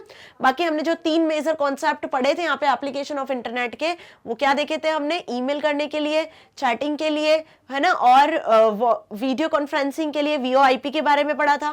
क्लियर? तो बस वही सारे पॉइंट्स को एलैबोरेट करके आपको यहाँ पे लिख देना है थोड़ा सा। सो बिजनेस में यदि यूज करते हो इंटरनेट का, तो business use internet to carry out electronic commerce, e commerce के लिए। ई कॉमर्स मतलब आपकी बात हो रही है यहाँ पे ऑनलाइन शॉपिंग, ठीक है, इलेक्ट्रॉनिक कॉमर्स, ई बिजनेस करने के लिए basically. Internet is used for voice and video conferencing, voice call और audio video call, video conferencing में हम इसका यूज करें, जिसके लिए हम स्काइप जैसे सॉफ्टवेयर का यूज करते हैं, ठीक है। Email on internet has greatly speeded up the communication among companies and among individuals. Okay, internet is also used for communication, entertainment, finding information, reaching customers and for providing many types of services. अब यहाँ पे मैंने आपको कुछ basics services बताई हुई है, लेकिन आप अपने अकॉर्डिंग इस आंसर को प्रिपेयर कर सकते हो, बट आपको यहाँ पे ध्यान रखना है कि आपको कैसे आंसर को प्रिपेयर करना है। क्लियर? बिजनेस में कैसे यूज हो रहा है? ऑफिशियल पर्पज से यूज कर रहे हैं हम बिजनेस में, अलग अलग वेबसाइट्स का यूज कर रहे हैं, शॉपिंग करने के लिए यूज कर रहे हैं, रिजर्वेशन के लिए यूज कर रहे हैं, ठीक है। साथ ही आप ईमेल के लिए भी इसका यूज करते हो। ईमेल एक मोस्ट पॉपुलर सर्विस है ना, मोस्ट पॉपुलर एप्लीकेशन है इंटरनेट की, right? Now What is the difference between hub, switch and router? Hub, switch और राउटर तीनों में क्या डिफरेंस है? मतलब ये क्वेश्चन आपका डिफरेंस पॉइंट ऑफ व्यू से पूछा हुआ है। हब, स्विच, राउटर तीनों क्या है? ये तीनों आपके क्या है? नेटवर्किंग डिवाइसेस हैं। मतलब जब कंप्यूटर नेटवर्क एक फॉर्म होता है, तो उसमें जो नेटवर्क डिवाइस यूज कर सकते हो, आप हब भी यूज कर सकते हो, स्विच भी यूज कर सकते हो, राउटर भी यूज कर सकते हो। तीनों में क्या डिफरेंस है? अब अच्छे से आप बता सकते हो। हब और स्विच के बारे में तो मैंने अभी बताया था 2 मार्क्स के क्वेश्चन में, और राउटर के बारे में भी मैंने बताया था, ठीक है। बस वही लिखा हुआ है, डिफरेंस में भी देख लो। Hub is a least expensive मतलब कम कॉस्ट में आ जाता है, लीस्ट इंटेलिजेंट ज्यादा एडवांस नहीं है, लीस्ट कॉम्प्लिकेटेड ऑफ द 3, इन तीनों में लीस्ट कम से कम कॉम्प्लिकेटेड मतलब सिंपल डिवाइस है, ठीक है। इट ब्रॉडकास्ट मतलब डेटा यदि हब के पास आता है किसी एक सिस्टम से, तो वो सारी नोड्स के पास, जितने भी कंप्यूटर से, सब तक जाता है। All data to every port which में cause serious security and reliability concern. तो हब के पास क्या होता है? कोलाइजन जैसे, सिक्योरिटी जैसी, रिलायबिलिटी जैसे कंसर्न होते हैं यहाँ पे, ठीक है, हब के पास। क्यों? क्योंकि सिक्योरिटी कहीं ना कहीं ब्रेक हो सकती है, क्योंकि एक सिस्टम से डेटा आ रहा है तो वो सभी के पास जा रहा है, राइट? तो ये चीज होती है इसमें। क्लियर? अब स्विच की बात करते हैं, तो switch work similarly like hub. Switch hub की तरह ही डिवाइस होता है, इसे हम इंटेलिजेंट हब भी कहते हैं, but in more efficient manner. क्यों बोलते हैं इंटेलिजेंट हब? क्योंकि हब का ही काम करता है, लेकिन एक एफिशिएंट मैनर में करता है, ठीक है। सारे सिस्टम तक नहीं पहुंचाएगा, ब्रॉडकास्ट नहीं है ये, यूनिकास्ट है। क्या है ये? यूनिकास्ट डिवाइस है। सोर्स सिस्टम से, जिस एक सिस्टम से डेटा इसके पास में आ रहा है, तो ये डेस्टिनेशन पहले पहचानेगा, आइडेंटिफाई करेगा आईपी एड्रेस के थ्रू, और फिर उस डेस्टिनेशन तक पहुंचाएगा डेटा को। समझ में आया? इसलिए इसको क्या बोला है कि एफिशिएंट मैनर में, इंटेलिजेंट वे में काम करता है। It creates connection dynamically and provide information only to the requesting port. देखो क्या लिखा है, रिक्वेस्टिंग पोर्ट तक पहुंचाता है इंफॉर्मेशन को, ठीक है। Switch is a device in a network which forward packets in a network, ठीक है। अब स्विच क्या करता है? डेटा को पैकेट्स के फॉर्म में ट्रेवल करता है, क्लियर। और हब क्या करता है? Hub is a common connection point for devices connected to the network. Hub contains multiple ports and is used to connect the segments of the LAN। LAN में जितने भी कंप्यूटर्स है सबको कनेक्ट करके रखता है, ठीक है। अब आती है बात राउटर की। तो router is the smartest and most complicated out of the 3। तो राउटर क्या हो गया? स्मार्टेस्ट हो गया। इन दोनों से ज्यादा स्मार्टेस्ट है, लेकिन कॉम्प्लिकेटेड भी है। ये दोनों आपको वायर्ड कनेक्टिविटी देते हैं, तो राउटर आपको वायर्ड और वायरलेस दोनों कनेक्टिविटी देता है। It comes in all shapes and sizes. Different type के राउटर्स अवेलेबल है मार्केट में। Routers are similar like computers dedicated for routing network traffic, ठीक है। राउटिंग नेटवर्क ट्रैफिक, नेटवर्क में ट्रैफिक होता है। सपोज बहुत सारे कंप्यूटर्स कनेक्टेड है एक राउटर से, अब 2 से ज्यादा 3 कंप्यूटर्स ने एक साथ क्या कर दिया? डेटा को ट्रांसफर कर दिया। तो राउटर को स्मार्टली क्या करना होता है? काम करना होता है कि तीनों कंप्यूटर्स का जो डेटा है वो किस सिस्टम तक जाना है, ट्रैफिक को मैनेज करना है, किस तरीके से, है ना, डेटा को एनालाइज करना है, डेटा को पैकेट्स के फॉर्म में डिवाइड करके और उन सारे पैकेट्स को एक करेक्ट राउटिंग पाथ के थ्रू ट्रांसफर करना है, सब राउटर का काम होता है। एक कंप्यूटर की तरह ही ये काम करता है router smartly, okay. Router forwards data packets. Router भी क्या करता है? डेटा के पैकेट्स को फॉरवर्ड करता है, क्लियर। नाउ नेक्स्ट क्वेश्चन क्या डिस्कस किया हमने? What are the different types of network, what is the geographical scope of LAN, MAN and वेन। अब एक चीज ध्यान से समझना कि यदि लैंड, मैन, वेन, ये 3 टाइप के नेटवर्क हमने देखे थे, 2 मार्क्स में भी इन क्वेश्चंस को पूछा जा सकता है, define land, define man, define when. ये भी आपसे पूछा जा सकता है 3 मार्क्स में कि what are the full form of LAN, MAN, वेन। तो ये बच्चों जैसे क्वेश्चंस हैं, ये 2-3 नंबर में पूछे जा सकते हैं, ठीक है। तो आपको इनके लिए प्रिपेयर रहना है पहले से, राइट। तो यहाँ पे क्वेश्चन है कि what are the different type of network, कितने टाइप के नेटवर्क होते हैं। तो हमें पता है कि 3 टाइप के, बेसिक 3 टाइप के नेटवर्क होते हैं, बेसिक। इसके अलावा तो बहुत सारे टाइप के नेटवर्क होते हैं, ठीक है, बट आपकी बुक में भी लिखे हुए हैं। जो मेन है, जो बेसिक्स हैं, वो 3 ही होते हैं, लैंड, मैन एंड वेन। इनके फुल फॉर्म हो गए local area network, metropolitan area network, wide area network. Clear. अब इनमें जियोग्राफिकल स्कोप के अकॉर्डिंग क्या होगा, जियोग्राफिकल स्कोप के अकॉर्डिंग कौन सा सबसे बेस्ट है, ये हमें बताना है। जियोग्राफिकल स्कोप क्या है इनका, ठीक है, ये हमें बताना है। तो आप सभी को पता है कि network very widely in their size, complexity and geographical spread. Network जो है वो उसके साइज के अकॉर्डिंग, कॉम्प्लेक्सिटी के अकॉर्डिंग और जियोग्राफिकल एरिया के अकॉर्डिंग होता है, ठीक है, वैसे क्रिएट किया जाता है। On the basis of geographical spread, यदि हम जियोग्राफिकल स्प्रेड की बात करते हैं तो network can be classified into 3 categories. LAN, that is local area network, जो किसी बिल्डिंग, स्कूल, ऑफिस में कंप्यूटर्स को आपस में कनेक्ट करता है, डिवाइसेस को आपस में कनेक्ट करता है, वो लैन होता है। These are computer network confined to localized area such as office और अ फैक्ट्री। ओके, अब मैन की बात करें तो हम यहाँ पे जियोग्राफिकल स्कोप के अकॉर्डिंग बात कर रहे हैं, राइट। तो इसीलिए हम सिर्फ रेंज की बात कर रहे हैं, बाकी हम और किसी चीज की बात नहीं कर रहे हैं। मैन क्या होता है, metropolitan area network. These are networks that link computer facilities within a city. Metropolitan area network मतलब कि जो बहुत सारी बिल्डिंग्स को आपस में कनेक्ट किया हुआ है ना, स्कूल, हॉस्पिटल, एक सिटी के अंदर स्कूल, हॉस्पिटल, कोई शॉपिंग मॉल, सारे पूरी सिटी में जितने भी कंप्यूटर्स है अलग अलग बिल्डिंग्स में, उनको कनेक्ट किया हुआ है, तो वो मेट्रोपॉलिटन एरिया नेटवर्क हुआ। अब लोकल एरिया नेटवर्क की यदि हम रेंज की बात करें तो रेंज आपकी यहाँ पे हो सकती है 1 से 10 किलोमीटर तक, 10 से 1100 किलोमीटर्स तक हम मेट्रोपॉलिटन की बात कर सकते हैं, ठीक है। और अनलिमिटेड रेंज ग्लोबली, जिसने पूरे overall country to country network spread है, नेटवर्क में जो कंप्यूटर कनेक्टेड है वो वाइड एरिया नेटवर्क होता है, वर्ल्ड वाइड जिसे कहा होता है। So these are the network spread over large distance से अक्रॉस कंट्रीज और even continents. It can include a group of LANs connected together. तो वेन के अंदर क्या हो सकते हैं, मल्टीपल लैन और वेन हो सकते हैं, ठीक है। ऐसी मैन में एक से ज्यादा लैन कनेक्टिविटी हो सकती है, राइट। तो वेन क्या हुआ, लार्ज नेटवर्क हुआ, जिसे हम क्या बोलते हैं, इंटरनेट भी कहते हैं, ठीक है। अब लैन जो है, क्योंकि इसमें कम कंप्यूटर्स होते हैं, कम रेंज में होता है, शॉर्ट रेंज में होता है, तो ज्यादा स्पीड से काम करता है। फॉल्ट टॉलरेंस, यदि कोई कंप्यूटर में कोई फॉल्ट होता है, कहीं सर्वर डाउन हो गया लैन में कोई एक आदि, तो उसे आप इजीली डिटेक्ट कर सकते हो, ठीक है। डेटा ट्रांसफर स्पीड भी सबसे ज्यादा होती है लैन में, ओके।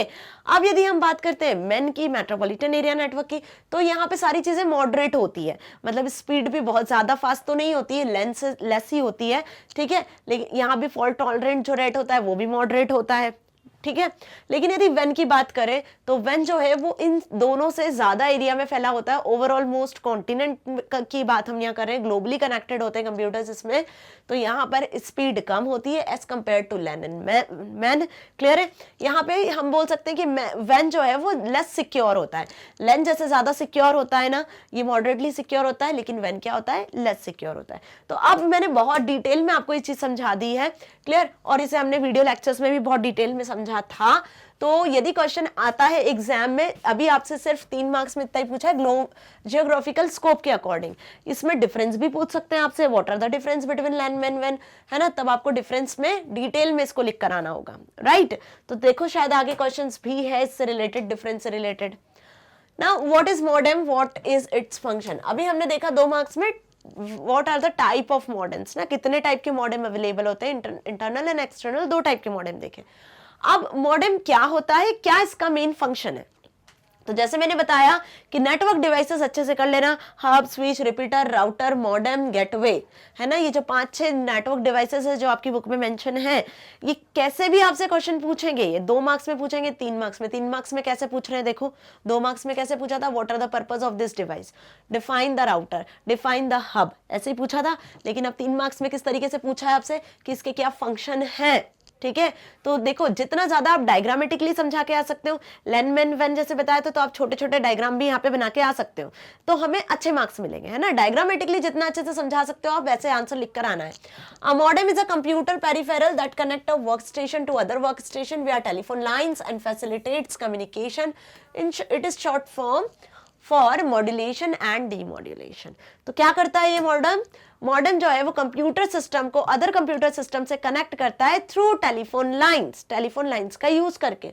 इसका क्या हो गया full form? Modulation and demodulation. तो भाई टेलीफोन लाइंस है, टेलीफोन लाइंस तो 0-1 को समझती नहीं है ना, एनालॉग सिग्नल्स को समझती है।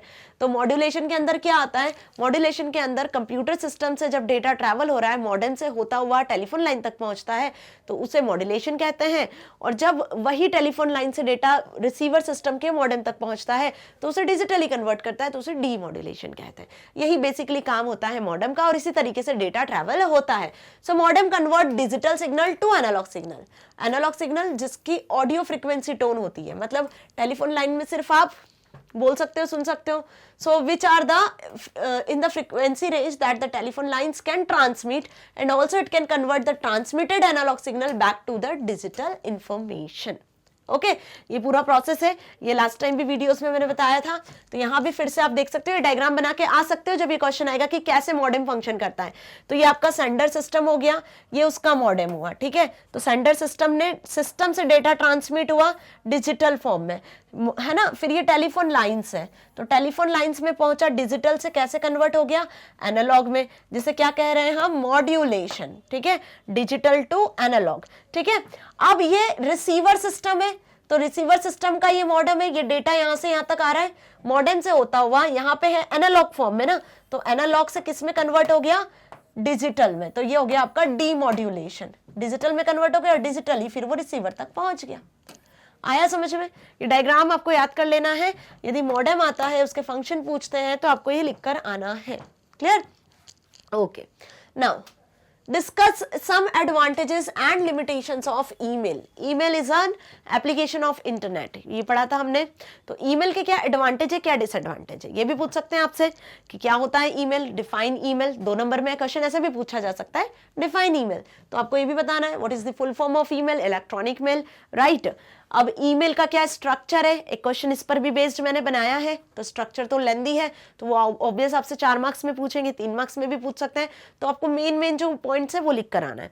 एडवांटेज डिसएडवांटेज आपसे 2 मार्क्स में भी पूछ सकते हैं, तो 2-2 एडवांटेज 2-2 डिसएडवांटेज लिख कर आना है। 3 मार्क्स में पूछा है तो 3 डिसएडवांटेज 3 एडवांटेज लिख कर आओ। 4 मार्क्स में पूछा है तो 4-4 लिख कर आओ। ओके, मैंने मोस्ट प्रोबेबली हमने ज्यादा लिखे हुए ताकि आपको सब चीजें समझ में आ सके, कैसे क्वेश्चन एग्जाम में आएगा वो मेन इंपॉर्टेंट थिंग है। ओके, एडवांटेजेस क्या होते हैं ईमेल के? अब इलेक्ट्रॉनिक मेल तो सबको अच्छे से क्लियर है ना।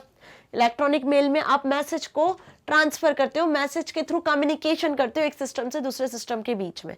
इंटरनेट का बेस्ट एप्लीकेशन है, इसके लिए आप अलग अलग वेबसाइट्स का यूज कर सकते हो, जैसे जीमेल, हॉटमेल, रेडिफ मेल, ठीक है। इन वेबसाइट्स का यूज कर सकते हो। क्लियर? अब वेब बेस्ड ईमेल भी होती है, कुछ सर्विसेज होती हैं, और कुछ जो कंपनी बेस्ड होती है ना वो भी होती है, ठीक है। अब आजकल तो ईमेल पर्सनल बिजनेस ऑर्गेनाइजेशन जो है वो अपने अकॉर्डिंग भी क्रिएट करते हैं वेबसाइट्स, ओके, जिसके थ्रू आप पर्सनली ईमेल कर सकते हो, जो ज्यादा सिक्योर होते हैं। तो इसके एडवांटेज क्या हुए? सबसे पहले तो भाई आप पेपर पेन पे जो पोस्ट लेटर पहले भेजते थे, जो टाइम कंज्यूमिंग होता था, वो सारी प्रॉब्लम्स को कम कर दिया है। तो लो कॉस्ट हो गया ईमेल सबसे पहले, तो इसकी स्पीड भी फास्ट होती है। वेस्ट रिडक्शन, है ना, जब आप पोस्ट लेटर के थ्रू पहले कम्युनिकेट करते थे, तो पोस्ट लेटर के थ्रू कम्युनिकेट करते थे, मतलब कि आपको क्या क्या चाहिए, स्टेशनरी चाहिए, पेन, पेपर, और यदि गलती हो गई एक लेटर में तो आपको दूसरा लेटर लगाना है, राइट, ये सारी चीजें होती थी। तो वेस्ट रिडक्शन भी यहाँ पे हुआ। इजी ऑफ यूज, एक बार यदि आपने क्रिएट कर लिया ईमेल, तो उस ईमेल को आप मल्टीपल पर्सन्स तक भेज सकते हो, किन तक? मल्टीपल पर्सन्स तक भेज सकते हो, ठीक है। एक ही ईमेल को एक ही बार मेहनत करनी है, इजी ऑफ यूज है। इसको आप स्टोर करके सेव करके रख सकते हो इस ईमेल को फ्यूचर यूज के लिए, है ना। कोई फोल्डर में आप सारे मेल्स को सेव करके रख सकते हो ताकि आप इन फ्यूचर उसको देख सकते हो। रिकॉर्ड मेंटेनेंस, वही जो मैंने बताया अभी। तो ये क्या हो गया? इसके एडवांटेजेस हो गए। अब यदि डिसएडवांटेजेस की बात करें, तो जहां हर चीज के एडवांटेज होते हैं वहां कुछ ना कुछ उसके डिसएडवांटेज भी होते हैं। कि सबसे पहले है तो आपको हार्डवेयर की रिक्वायरमेंट होगी, मेल सेंड करना है तो आपको कोई इलेक्ट्रॉनिक डिवाइस की जरूरत होगी, या तो कंप्यूटर हो गया, लैपटॉप हो गया, पीसी हो गया, और आजकल तो मोबाइल फोन्स जो एंड्रॉइड्स आते हैं उनमें ये फैसिलिटीज होती है कि आप उनके थ्रू भी मेल कर सकते हो। तो सबसे पहले आपको क्या चाहिए, एक डिवाइस चाहिए, हार्डवेयर डिवाइस। इम्पर्मानेंट होते हैं, ठीक है। अगर आपकी ईमेल आईडी जो है, ईमेल करने के लिए आपको ईमेल आईडी क्रिएट करनी होती है वेबसाइट्स पे, अगर आईडी हैक हो गई या आईडी आपकी हम बोल सकते हैं बंद हो गई, आप पासवर्ड वगैरह भूल गए, जो भी कुछ इसकी रिक्वायरमेंट होती है, यदि ऐसा कोई केस होता है या कोई टेक्नोलॉजिकल प्रॉब्लम आ जाती है तो इम्पर्मानेंट होता है। इसको आपको जब आपने इसका बैकअप लेके रखा है वहां तक तो ठीक है, okay. A hasty medium, now hard to convey emotions, आप इमोशंस को कन्वे नहीं कर सकते हो यहाँ पर, ठीक है। आप फाइल अटैच कर सकते हो, आप मीडिया अटैच कर सकते हो, कुछ ऑडियो वीडियोस अटैच कर सकते हो ईमेल के साथ में, ठीक है। लार्ज डेटा यदि आप 2 GB से ज्यादा का ऐड नहीं कर सकते हो, ये भी इसका एक लिमिटेशन होता है, क्लियर। तो एडवांटेज डिसएडवांटेज ईमेल के अब आप इजीली लिख सकते हो यदि एग्जाम में आता है तो। Now 16th question, in what ways is the world wide web different from other servers on the internet? अब इंटरनेट देख लिया, नेटवर्क देख लिया हमने, इंटरनेट और वर्ल्ड वाइड वेब में डिफरेंस भी पूछा जाता है, ये भी एक क्वेश्चन बनता है, ठीक है, कि इंटरनेट और वर्ल्ड वाइड वेब में डिफरेंस। तो ये भी मैंने बहुत बार क्लियर किया हुआ है, एनसीईआरटी सॉल्यूशन जब हमने सॉल्व किया था उसमें भी इस क्वेश्चन को डिस्कस किया था। देखो एनसीईआरटी सॉल्यूशन वाले जो क्वेश्चन है वो भी सब अच्छे से करना है आपको, ये जो टेस्ट पेपर के क्वेश्चन है ये भी अच्छे से करना है, आपकी एग्जाम में इन पर ही बेस्ड क्वेश्चन आने वाले हैं, ठीक है। So in what ways is the world wide web is different from servers? तो वर्ल्ड वाइड वेब क्या हुआ, वर्ल्ड वाइड वेब एक सर्वर है, लार्ज हम बोल सकते हैं कि सेट ऑफ रूल्स प्रोटोकॉल्स का कलेक्शन है, सॉफ्टवेयर्स का कलेक्शन है, जहां पर क्या होता है बल्क में डेटा को मैनेज किया जाता है वेबसाइट्स के फॉर्म में, वेब पेजेस के फॉर्म में, है ना। तो यूजर को जब भी इंटरनेट से कोई सर्विस एक्सेस करना है तो वो सर्विस कहां से एक्सेस करता है, वो वर्ल्ड वाइड वेब के थ्रू ही एक्सेस करता है। तो वर्ल्ड वाइड वेब पीपल्स को कनेक्ट करता है, इंटरनेट की सर्विसेज को प्रोवाइड करता है। लेकिन इंटरनेट क्या है, इंटरनेट कंप्यूटर्स को आपस में कनेक्ट करता है नेटवर्क के फॉर्म में। ये तो बेसिक चीजें जो क्लियर हुई। अब वर्ल्ड वाइड वेब जैसे मैंने बताया कि अदर सर्वर्स से कैसे डिफरेंट है, तो अदर सर्वर्स क्या करते हैं, अलग अलग चीजों को परफॉर्म करते हैं। जैसे यूट्यूब सर्वर की बात करें तो यूट्यूब की वीडियोस उसके पास होती है, ठीक है, बल्क में होती है, जब भी आपको यूट्यूब पे वीडियो सर्च करते हो तो वहां से आपको मिलती है। फाइल सर्वर की बात करें तो जितनी भी फाइल्स होती है वो वहां पे होती है, जब आप कोई फाइल ट्रांसफर करते हो तो एफटीपी प्रोटोकॉल के थ्रू वो फाइल सर्वर से आपको एक्सेस होती है। ऐसे अलग अलग सर्वर के अलग अलग काम होते हैं, राइट। लेकिन वर्ल्ड वाइड वेब जो है, जो सर्वर है, उसका बेसिकली काम होता है वेबसाइट्स को स्टोर करना और यूजर को जिस भी वेबसाइट की नीड हो एचटीटीपी प्रोटोकॉल की मदद से प्रोवाइड करवाना, ठीक है। So world wide web is an internet system that is a set of programs, standards, protocols that allow the multimedia files to be created, displayed and linked on the internet, okay. Before www के पहले internet में mainly used for obtaining textual information. जब www 1990s में क्या हुआ था, www को बनाया गया था, किसने बनाया था, किसने इंट्रोड्यूस किया था www को, किसने इसको हम बोल सकते हैं डेवलप किया था, टिम बर्नर्स-ली ने। HTML लैंग्वेज, www, ये सारी चीजें उन्होंने ही बनाई थी। उसके पहले जो इंटरनेट का यूज होता था, उसके पहले जो इंटरनेट को मेनली यूज किया जाता था ग्राफिक फॉर्म में नहीं यूज किया जाता, टेक्सचुअल इंफॉर्मेशन के फॉर्म में, मतलब कुछ कमांड प्रॉम्प्ट के थ्रू आप इंटरनेट को एक्सेस करते थे। The other servers on the internet like FTP, gopher, mail news, जो मैं बता रही हूँ, FTP file transfer protocol, gopher server, mail server भी हुआ करता था, न्यूज सर्वर हुआ करता था, कैटर द टेक्सचुअल इंफॉर्मेशन। ये सब कैसे वर्क करते थे, इनके थ्रू आप कैसे इंफॉर्मेशन को एक्सेस करते थे, टेक्सचुअल फॉर्म में। लेकिन जब से www आया तब आप ग्राफिकली सारी इंफॉर्मेशन को एक्सेस कर पा रहे हो, which uses HTTP server caters the multimedia information, not textual information. Thus it enables the users to receive hypertext multimedia information on their web browsers. तो www के थ्रू आप कैसे एक्सेस कर सकते हो, वेब ब्राउजर के थ्रू ही information को access करते हो। तो एक्चुअली www जो सर्वर है, वेब सर्वर है, जिसे वेब सर्वर कहते हैं, तो वो कम्युनिकेट किससे करता है, वेब ब्राउजर से कम्युनिकेट करता है। तो www, वेब ब्राउजर, इन सब पे डेडिकेटेड वीडियोस बनी हुई है। अब ये आंसर भी आपको अच्छे से क्लियर हो गया होगा, ओके, क्लियर है ना।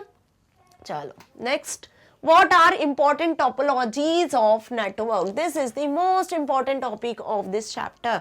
टोपोलॉजीज क्या होती है, टोपोलॉजीज जल्दी बताओ। सबसे पहले यहाँ पे तो क्वेश्चन पढ़ लो ध्यान से, क्या लिखा है, what are the important topologies. Important topologies पूछा है, तो इंपॉर्टेंट टोपोलॉजीज हमने टोटल 5 टोपोलॉजीज पढ़ी थी, तो उन 5 में जो इंपॉर्टेंट टोपोलॉजीज है वो आपको यहाँ पे बतानी है। 5 में से कोई सी भी देखो, सब अपने अपने लेवल पे इंपॉर्टेंट है टोपोलॉजीज, लेकिन वो टोपोलॉजीज जो जनरली यूज होती है एक लेन को फॉर्म करने में, है ना, सबसे स्पेसिफिकली लोकल एरिया नेटवर्क को जो फॉर्म करने में यूज हो रही है, क्योंकि छोटे छोटे लेन से मिलकर ही तो क्या बना है, मैन, देन लेन, और मैन से मिलकर फिर वैन बना हुआ है। तो लेन को फॉर्म करने के लिए जो इंपॉर्टेंट टोपोलॉजीज है जो जनरली यूज हो रही है वही इंपॉर्टेंट है। तो वही मैंने यहाँ पे लिखी हुई है, 3 मार्क्स में 3 टोपोलॉजीज को एक्सप्लेन किया है। आपको भी यही करके आना है, मार्क्स के अकॉर्डिंग क्वेश्चन लिख कर आना है। बस टोपोलॉजी, तो बस टोपोलॉजी सबसे सिंपल टोपोलॉजी होती है जिसमें एक सिंगल लाइन के थ्रू, एक नेटवर्क केबल के थ्रू सारे कंप्यूटर्स आपस में कनेक्टेड होते हैं। क्या एडवांटेज होता है, सिंपल टोपोलॉजी है, इनएक्सपेंसिव होती है, कम केबल यूज होती है, इजीली इंस्टॉल हो जाती है, सिंपल टू अंडरस्टैंड है, इजी टू एक्सटेंड है, इसको आप एक्सटेंड भी कर सकते हो बिना कोई नेटवर्क को डिस्टर्ब किए, इजीली एक्सटेंड हो जाती है। ऐसा नहीं कि जब आप इसका नेटवर्क एक्सटेंड करने जा रहे हो तो आपको बीच में से केबल को कटना पड़ रहा है और बहुत ज्यादा प्रॉब्लम्स हो रही हैं, राइट। इजीली आप इसको मैनेज कर सकते हो ओवरऑल।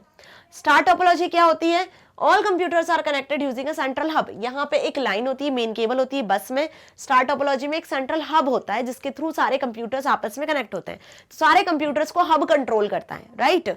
तो ये भी इनएक्सपेंसिव हो सकती है, इजी टू इंस्टॉल है, इसमें भी रिकॉन्फ़िगरेशन इजी हो जाता है, easy to troubleshoot by physical problems, जो भी प्रॉब्लम्स होती है वो इजीली हो जाती है, ठीक है। मतलब यदि किसी सिस्टम में प्रॉब्लम आती है स्टार टोपोलॉजी में तो वो इजीली रिकवर हो जाती है। लेकिन हाँ, यदि मेन जो केबल है बस टोपोलॉजी में या मेन जो सेंट्रल हब है स्टार टोपोलॉजी में, इनमें कोई प्रॉब्लम आती है तो हम ये बोल सकते हैं कि पूरा नेटवर्क फेल होता है। ओके, इसके बाद जो मैंने टोपोलॉजी एक्सप्लेन की है वो है ring topology. In this all computers are connected in a loop. एक लूप में कंप्यूटर कनेक्टेड होते हैं, किसमें, रिंग टोपोलॉजी में, ठीक है। कंप्यूटर्स यहाँ पर कनेक्टेड होते हैं इस तरीके से। तो लूप मतलब कि कंटिन्यूअसली हम बोल सकते हैं शेप जिसमें कंप्यूटर्स कनेक्टेड है। स्टार टोपोलॉजी में क्या होता है, एक मेन सेंट्रल हब होता है जिसमें कंप्यूटर्स आपस में कनेक्टेड होते हैं, ठीक है। बस टोपोलॉजी में एक मेन केबल होती है, ये मेन केबल होती है बस, जिसमें कुछ कंप्यूटर्स इस तरीके से कनेक्टेड होते हैं, सिक्वेंशियली डेटा ट्रांसफर होता है, राइट। सो रिंग टोपोलॉजी क्या हुआ, इसमें सारे कंप्यूटर्स आपस में एक रिंग के फॉर्म में कनेक्टेड होते हैं। All computers have equal access to network media, installation can be simple, signal does not degrade as much as in other topologies because each computer regenerates it. Okay, तो ring topology भी clear है। तो इस question में आपको 3 topologies को explain करना था जो कि जनरली इंपॉर्टेंट है और जनरली यूज होती है लेन फॉर्म करने के लिए। Okay, now next is question number 18, explain in brief the capabilities and services supported by LAN. LAN आपको क्या कैपेबिलिटीज प्रोवाइड कर रहा है, लेन की क्या कैपेबिलिटीज होती हैं और क्या सर्विसेज आपको प्रोवाइड कर रहा है, ये बताना है इस क्वेश्चन में। अब ये आपसे मेन के बारे में भी पूछ सकते हैं, वेन के बारे में भी पूछ सकते हैं। तो 3 नंबर में क्वेश्चन मेन के लिए, वेन के लिए कैसे भी बन सकता है। Okay, so small computer network that are confined to a localized area, वो नेटवर्क जो एक लोकल एरिया में क्रिएट किया जाता है, कोई बिल्डिंग में, ऑफिस में, कोई फैक्ट्री में, कोई स्कूल में, कोई ऑर्गेनाइजेशन में, are known as local area network. The key purpose of LAN is to serve its user in resource sharing. Resource sharing क्या होता है, इसका मेन पर्पस होता है कि एक बिल्डिंग में यदि आपने कंप्यूटर्स को आपस में कनेक्ट कर दिया ताकि वो एक रिसोर्स को शेयर कर पा रहे, फाइल को शेयर कर पा रहे, इजीली डेटा को शेयर कर पा रहे, तो शेयरिंग जो है वो मेन रीजन हुआ। Okay, the hardware as well as software resources are shared through LAN। दोनों हार्डवेयर और सॉफ्टवेयर दोनों को शेयर कर पा रहे हैं, clear. For instance, LAN users can share data, information, programs, printer, hard disk, modem, etc. क्या हार्डवेयर और क्या सॉफ्टवेयर, तो यहाँ पे देखो डेटा इन्फॉर्मेशन सॉफ्टवेयर के फॉर्म में हो गए, प्रोग्राम सॉफ्टवेयर के फॉर्म में हो गए, printer, hard disk, modem, scanner, ये सब हार्डवेयर के फॉर्म में हो गए। ओके, तो इन्हें शेयर आप इजीली कर सकते हो। On one node has a printer connected to it, another node on the LAN can communicate with it in order to print files and hence allowing expensive peripherals to be shared among number of users। तो एक expensive peripheral को, एक expensive resource को आप multiple computers के साथ में LAN के थ्रू एक्सेस कर सकते हो इजीली, तो कॉस्ट भी कम होती है पेरिफेरल की, है ना। नेटवर्क में जब आपस में कंप्यूटर कनेक्टेड है तो आपको एक ही पेरिफेरल परचेज करना है, मतलब एक ही प्रिंटर परचेज करना है जिसको सभी कंप्यूटर शेयर कर सकते हैं। राइट। तो लेन का बेसिक कैपेबिलिटी क्या हुई, क्या इसकी मेन सर्विस है जो हमें वो प्रोवाइड कर रहा है, समझ में आ गया। जैसे इसका सबसे बेस्ट एग्जांपल क्या है, जो इंटरनेट कैफेज होते हैं वहां पे लेनी फॉर्म होता है जिसमें एक प्रिंटर होता है, एक स्कैनर होता है जो सारे सिस्टम के थ्रू एक्सेस किया जाता है, ठीक है। कोई भी एक सिस्टम से प्रिंट कमांड देते हो आप तो वो एक ही प्रिंटर के थ्रू निकलती है, कितने भी सिस्टम से आप प्रिंट कमांड दोगे तो। Okay, explain the following terms. Next question is, ये जो दो टर्म्स लिखी हुई इन्हें आपको एक्सप्लेन करना है। फर्स्ट है डीएनएस एंड सेकंड है कुकीज। ओके, अब डीएनएस का मतलब है डोमेन नेम सर्वर, ठीक है, या डोमेन नेम सिस्टम भी बोल सकते हो आप इसे, लेकिन बेसिकली यहाँ पे आपको डोमेन नेम सर्वर इसका फुल फॉर्म है जिसे एक्सप्लेन किया गया है। काम दोनों का एक ही है, काम दोनों का एक ही है। अब डोमेन नेम क्या होता है, डोमेन नेम सिस्टम क्या होता है, कैसे वर्क करता है, ये सब हम डिटेल में पढ़ चुके हैं, ठीक है। कब पढ़ा था हमने, जब मैंने आपको यहाँ पे वेबसाइट वाला कॉन्सेप्ट पढ़ाया था, होस्टिंग अ वेबसाइट पढ़ाया था, तब मैंने आपको इसको इजीली अच्छे से एक्सप्लेन किया था।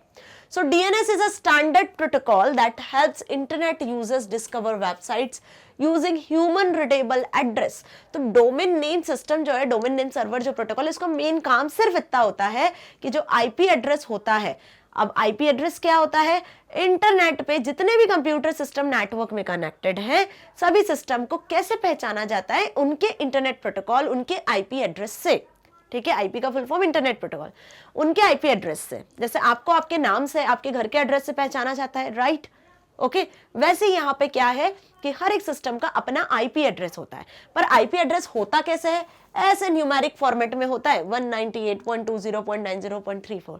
तो अब बिलियंस ऑफ कंप्यूटर्स हैं इंटरनेट पे, इंटरनेट से कनेक्टेड पूरे वर्ल्ड वाइड देखा जाए तो कितने सारे कंप्यूटर्स हैं।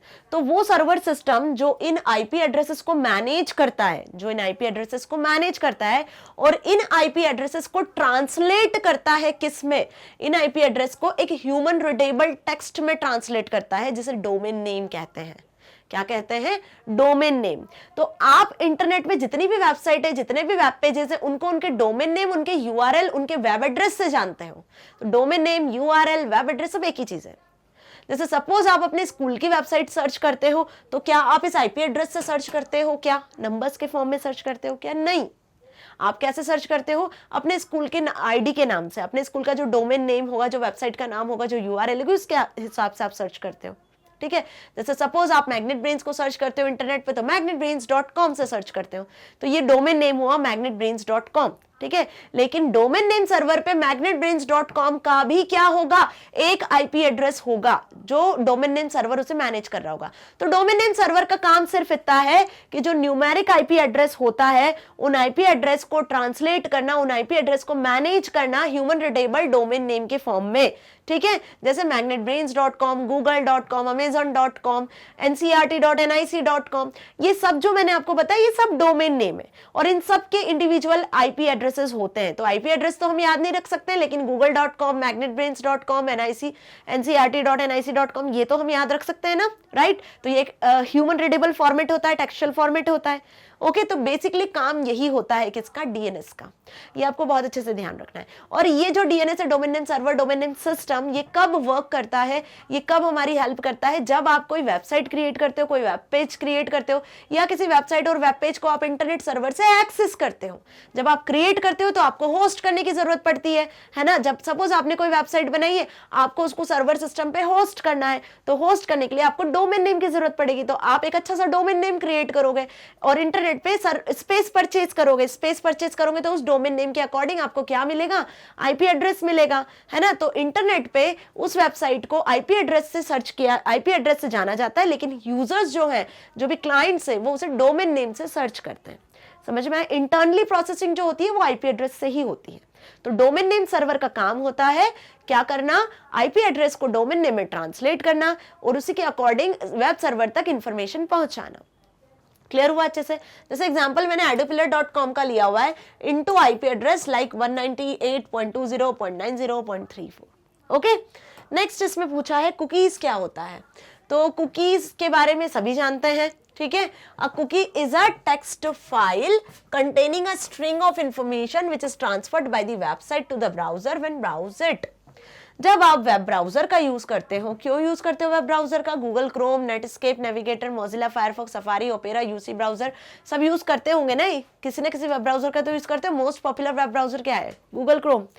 तो जब आप ब्राउजर का यूज करते हो, वेब ब्राउजर का वेबसाइट्स को सर्च करने के लिए, किसी भी चीज को सर्व करने के लिए, शॉपिंग के लिए, रिजर्वेशन के लिए आप वेबसाइट पे जाते हो ना, यदि आपको शॉपिंग करना है तो आप अमेजोन का, फ्लिपकार्ट का, मीशो का, स्नैपडील का यूज करते हो, राइट? अब वहां पे आप अपनी इन्फॉर्मेशन को भी कहीं ना कहीं अपलोड करते हो, है ना? अपनी बैंक डिटेल हो गई, सपोज आपने कुछ रिटर्न करना है, कुछ परचेज करना है तो आप बैंक डिटेल अपलोड कर रहे हो, अपना नाम लिख रहे हो, लोकेशन लिख रहे हो, एड्रेस लिख रहे हो, है ना? कहीं ना कहीं हम ये सारी चीजें कर रहे हैं।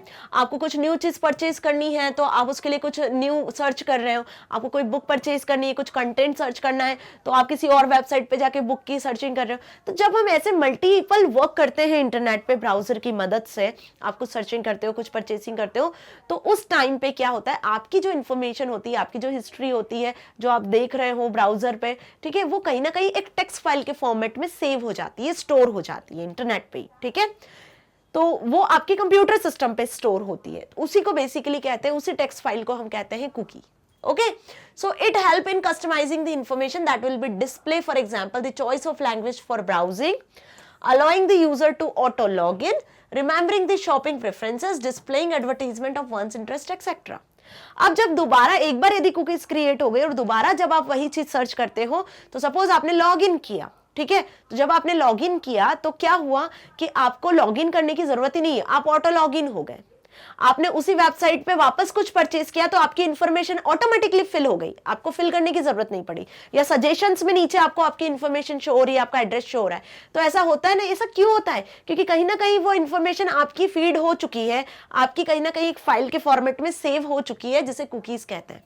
ओके, तो कुकीज हार्मलेस नहीं होती है, बट क्या होता है, कुछ ऐसे हैकर्स होते हैं, कुछ ऐसे सॉफ्टवेयर्स होते हैं जो ऑटोमेटिकली कुकीज के फॉर्मेट में ही ब्राउजर पे क्रिएट हो जाते हैं, जो आपकी इंफॉर्मेशन को हैक करने की कोशिश करते हैं। तो इसीलिए कहा जाता है कि कुकीज को हमेशा क्लियर करें। तो ब्राउजर से रिलेटेड सेटिंग्स हमने पूरी पढ़ी है, एक डेडिकेटेड वीडियो है जिसमें ब्राउजर की सेटिंग्स, कुकीज को कैसे क्लियर करना है, कहां मिलेगा ये ऑप्शन, सब डिटेल में देखा है प्रैक्टिकल के साथ। ओके, सो एक्चुअली हार्मलेस नहीं होती है, ये यूजर की हेल्प ही करती है जो ब्राउज कर रहा है ब्राउजर का यूज करके। लेकिन कहीं ना कहीं इंटरनेट जितना हम सिक्योर समझते हैं उतना होता नहीं है, क्योंकि हैकर्स जैसे ऐसे सॉफ्टवेयर्स होते हैं जो क्या करते हैं, इन कुकीज का गलत फायदा उठाते हैं और हमारी इंफॉर्मेशन को हैक करके हमें हार्म करने की कोशिश करते हैं। ओके, सो कुकीज क्या हुई ये समझ में आ गया, आगे बढ़े। Question number 20, What is VoIP? How does it work? VoIP क्या है? एक प्रोटोकॉल है, वॉइस ओवर इंटरनेट प्रोटोकॉल। ये कैसे वर्क करता है? VoIP voice over internet protocol है, ठीक है, जो ऑडियो वीडियो कॉल्स में आपकी हेल्प करता है। आप करते हो ना व्हाट्सएप का यूज करके ऑडियो वीडियो कॉल करते हो, स्काइप का यूज करते हो, टेलीग्राम का, इंस्टा का, फेसबुक का, बहुत सारी एप्स है जिनका यूज करके आप वॉइस कॉल, ऑडियो कॉल्स करते हो, राइट? तो उसके पीछे जो टेक्नोलॉजी है, जो प्रोटोकॉल वर्क करता है, वो VoIP प्रोटोकॉल वर्क करता है। It is technology that allows one make to audio video calls over a broadband internet connection. Full form of VoIP is voice over internet protocol. काम कैसे करता है? First, the caller speaks into a microphone that is connected to a sound card. तो सबसे पहले तो आपको microphone होना आपके पास जरूरी होता है। लैपटॉप पीसी की बात कर रहे हैं, उसके थ्रू आप कर रहे हो तो आपको माइक्रोफोन की नीड होगी जो साउंड कार्ड से कनेक्टेड होगा। The sound card has a analog to digital converter. Sound card क्या करता है, जो आप बोल रहे हो वो साउंड जो भी है, ऑडियो जो है, वो एनालॉग फॉर्म में जाती है सिस्टम तक, सिस्टम उसे डिजिटली कन्वर्ट करता है। तो सिस्टम में कौन कर रहा है डिजिटली कन्वर्ट? यही साउंड कार्ड उसे डिजिटली कन्वर्ट कर रहा है, ट्रांसलेट कर रहा है। तो जो भी आप बोल रहे हो, जो आपकी वॉइस है, स्पीच है, वो डिजिटल स्ट्रीम में सिस्टम तक पहुंचती है। The data is given destination address end of it goes like any other data stream. Okay, the receiver computer has right VoIP software. अब रिसीवर के पास भी VoIP सॉफ्टवेयर होगा जो उस डेटा को डिजिटल फॉर्म में एक्सेप्ट करेगा, ठीक है, incoming data back into speech. और डिजिटल फॉर्म में कन्वर्ट करने के बाद जो साउंड कार्ड होगी रिसीवर के पास, वो उसे फिर स्पीच के फॉर्मेट में कन्वर्ट कर देगी, एनालॉग फॉर्म में कन्वर्ट कर देगी, ताकि रिसीवर उसे सुन सके या रिसीवर भी उस साइड से बोल सके, वाइस वर्सा। ये प्रोसेस चलती रहती है। ओके, सो होप आपको ये अच्छे से समझ में आया कि VoIP प्रोटोकॉल कैसे वर्क कर रहा है। क्लियर? ये हमने सिंपल से स्टेप्स लिखी हुई है यहाँ पर। जो लैपटॉप पीसी आप यूज करते हो ना, वहां पे माइक्रोफोन वगैरह, साउंड कार्ड वगैरह रहता है पहले से। ओके, नाउ सेक्शन सी की तरफ आ गए हम। सेक्शन बी हमने डिस्कस कर लिया है। सेक्शन सी में 4 मार्क्स से क्वेश्चन है, जिसमें आपको ज्यादा से ज्यादा एप्लीकेशन बेस्ड क्वेश्चन आंसर्स मिलने वाले हैं। अभी तक हमने थ्योरेटिकल बेस्ड क्वेश्चन आंसर्स ही देखे हैं, ठीक है। अब एप्लीकेशन बेस्ड क्वेश्चन आंसर्स मतलब कि कंडीशन होगी आपके पास में, और आपको बताना होगा कि इस चैप्टर में जितनी भी टर्म्स पढ़ी है आपने, टर्मिनोलॉजीज पढ़ी है, उसमें कौन सी टर्मिनोलॉजीज को आप यूज कर रहे हैं इस कंडीशन पे। ओके, सो चलिए स्टार्ट करते हैं। 21st question, what are the different types of networking internetworking devices. देखो ये तो पहला क्वेश्चन ही आ गया, यहाँ पे थ्योरेटिकल बेस्ड है कि डिफरेंट इंटरनेटवर्किंग और नेटवर्किंग डिवाइसेस क्या होते हैं। इसके पहले हमने जो देखा था क्वेश्चन, उसमें हमने क्या देखा था, उसमें हमने हब, स्विच और राउटर, इनके बीच में डिफरेंस देखा था, ठीक है। वो आपसे कम मार्क्स में ही पूछेंगे, या फिर आपसे इंडिविजुअली नेटवर्किंग डिवाइसेस के बारे में भी पूछ सकते हैं, डिफाइन या व्हाट इज द पर्पस या how it is function, right, ये भी देख लिया। अब यदि लॉन्ग क्वेश्चन में ऐसा क्वेश्चन भी आपसे आ सकता है कि डिफरेंट टाइप के नेटवर्किंग डिवाइसेस बताओ कौन कौन से होते हैं। तो जितने भी आपने पढ़े ना 6-7, उनमें से कोई भी 4 आपको एक्सप्लेन करना है। 4 मार्क्स का क्वेश्चन है ना, कोई भी 4 आपको एक्सप्लेन करना है। अब जो आपके चॉइस के होंगे 4 जो आपको अच्छे से आते होंगे, बस उनको लिख देना, ठीक है। तो मैंने यहाँ पे स्विच लिखा हुआ है। स्विच सभी को पता है क्या होता है, अभी मैंने एक्सप्लेन कर दिया, हम जस्ट रीड कर लेते हैं। A switch is a networking device that plays a central role in LAN, local area network. When data arrives, the switch extracts the destination address from the data packet and looks it up in the table to see where to send the packet. Switch क्या होता है, unicast device होता है। Data जिस system से आ रहा है, source system से किस सिस्टम तक जाएगा, डेस्टिनेशन सिस्टम तक, उसको पहचानने का काम होता है स्विच का। डेस्टिनेशन एड्रेस फेच करने का काम होता है, और जो पैकेट्स के फॉर्म में डेटा जा रहा है उसको ट्रैवल करने का काम होता है। Thus it sends signals to only selected device. तो ये उसी सिलेक्टेड डिवाइस तक, उसी डेस्टिनेशन तक पहुंचाता है, पैकेट्स को सेंड करता है, ना कि सभी सिस्टम तक सेंड करता है। हब का काम होता है सभी सिस्टम तक सेंड कर देने का, ठीक है, जिससे कोलाइजन होता है। क्लियर, इसीलिए स्विच को क्या बोलते हैं, इंटेलिजेंट हब और स्मार्ट डिवाइस बोलते हैं। Okay, now repeater. अब रिपीटर क्या होता है, रिपीटर का मतलब है, देखो नाम से समझ में आ रहा है, रिपीटर, रिपीट करना। क्या रिपीट करना, सिग्नल्स को रिपीट करना, रीजनरेट करना, इसको हम रीजनरेटर भी कहते हैं। अब नेटवर्क में सिग्नल्स के फॉर्म में डेटा ट्रांसफर होता है, तो जब सिग्नल्स के फॉर्म में डेटा ट्रांसफर हो रहा है तो सिग्नल्स के वीक होने के चांसेस भी होते हैं। जब लार्ज डिस्टेंस में कंप्यूटर्स रखे होंगे तो वहां तक डेटा जब पहुंचेगा सिग्नल्स के फॉर्म में, यदि बीच में सिग्नल्स इंटरप्ट होते हैं या बीच में सिग्नल्स वीक होने लगते हैं, तो रिपीटर जैसे नेटवर्क डिवाइस का यूज किया जाता है, जो सिग्नल्स को जिस स्ट्रेंथ के साथ सेंड किए गए थे उसी स्ट्रेंथ के साथ वापस रीजनरेट करके ओरिजिनेट करता है और रिसीवर तक पहुंचाता है। It receives the signal in the network before it becomes weak. Weak होने के पहले ही वो रीजनरेट कर देता है, कौन, रिपीटर, ठीक है। Regenerate the original bit pattern and puts the refreshed copy to the link, और जो भी डेस्टिनेशन एड्रेस है वहां तक रिफ्रेश्ड कॉपी पहुंचाता है। Okay, next router. Router is also known about you, कि राउटर भी हम पढ़ चुके हैं अब। सो राउटर क्या होता है, राउटर एक स्मॉलेस्ट पाथ, स्मॉलेस्ट या बेस्ट राउटिंग पाथ को सर्च करता है डेटा को ट्रैवल करवाने के लिए, ठीक है। डेटा जो ट्रैवल होता है, जो भी पैकेट्स है वो सेंडर से रिसीवर तक जाते हैं, तो उसके लिए कौन सा पाथ सुटेबल है, कहाँ ट्रैफिक नहीं मिलना है ना, वायर्ड वायरलेस कनेक्टिविटी, दोनों सब चीजें राउटर आपको प्रोवाइड करता है। तो हब और स्विच दोनों से ज्यादा स्मार्टर डिवाइस होता है, ठीक है। A router is a network device that can receive the data, analyze it and transmit it to other network. Receive करता है, analyze करता है और network में transmit करता है. A router connect a local area network to the internet. Compared a hub or a switch, a router has advanced capabilities and it can analyze the data being carried over the network, decide or alter how it is packaged, send it to the another network or different type. मतलब कैसे packaging करना है, कैसे packets के form में data को travel करना है, ये सब काम, ये सब डिसीजन का काम भी राउटर का ही होता है। ओके, एडवांस कैपेबिलिटीज होती है राउटर की, डिफरेंट टाइप के राउटर अवेलेबल है मार्केट में। नाउ गेटवेज, गेटवेज की यदि बात करें तो गेटवेज क्या होता है, एक गेट की तरह होता है। सपोज कोई बिल्डिंग में लैन है और आप इसको किसी और मैन या वैन के साथ कनेक्ट करना चाह रहे हो, है ना, कोई और अदर लैन के साथ में कनेक्ट करना चाह रहे हो, तो दो डिफरेंट नेटवर्क के बीच में कम्युनिकेशन करवाना है, दो डिफरेंट नेटवर्क के कंप्यूटर्स को आपस में कनेक्ट करवाना है, तो बीच में गेट की तरह काम करने वाला डिवाइस होता है गेटवेज, ठीक है।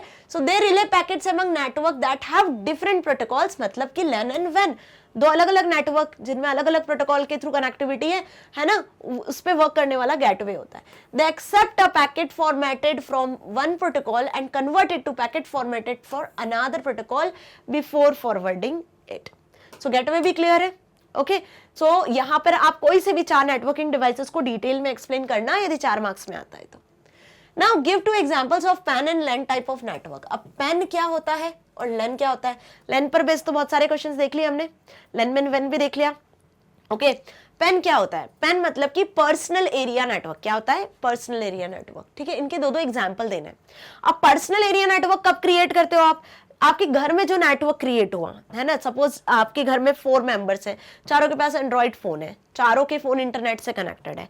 कैसे? आपका जो पीसी उसमें इंटरनेट कनेक्टिविटी राउटर लगा हुआ है तो वाईफाई के थ्रू आपने कनेक्ट कर लिया। ठीक है, पीसी और किसी के पास लैपटॉप है, फादर के पास आपके लैपटॉप है तो लैपटॉप भी कनेक्ट हो गया, है ना। एक प्रिंटर है तो उसको भी नेटवर्क में हमने शेयर कर लिया, राइट। तो आप सोचो कि ये जो एक घर में आपने जो नेटवर्क फॉर्म किया जिसमें आपने कुछ 5 to 6 कंप्यूटर्स को या फिर 5 to 6 इलेक्ट्रॉनिक डिवाइसेस को कम्युनिकेट करवाया, कनेक्ट करवाया है, तो वो किस टाइप का नेटवर्क हुआ? वो हो गया पर्सनल एरिया नेटवर्क, है ना, जो हाईली सिक्योर होता है, हाई डेटा स्पीड होती है जिसमें। So network formed by connecting smartphones of family members to laptop via Bluetooth or any Wi-Fi technology. This is known as PAN personal area network. Network formed by connecting device like printer, laptop, smartphone, digital recorder, etc. आपने सब चीजें connect कर, वो छोटे छोटे Bluetooth वाले जो speakers आते हैं उसको भी आप अपने मोबाइल फोन से कनेक्ट कर लेते हो, तो आप एक पर्सनल एरिया नेटवर्क क्रिएट कर रहे हो।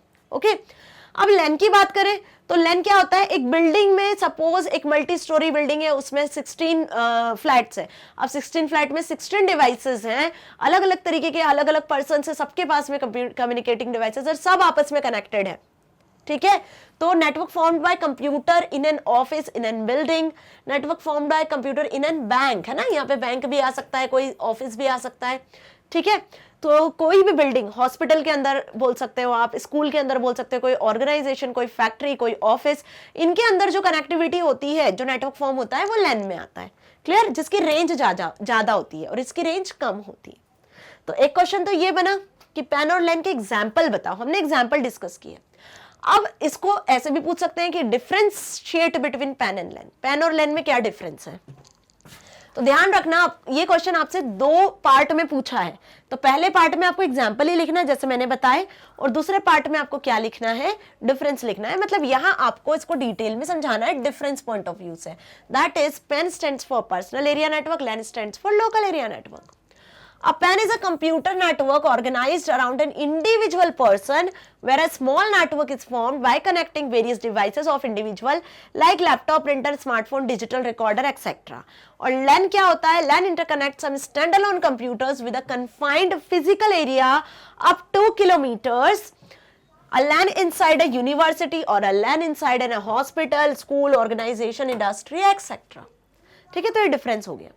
इसमें आप डायग्राम भी बता सकते हो बना के। ओके, डायग्रामेटिकली व्यू से भी आप इसको एक्सप्लेन कर सकते हो। नाउ 23rd क्वेश्चन देखें, what do you mean by network topology? What are the most popular topology?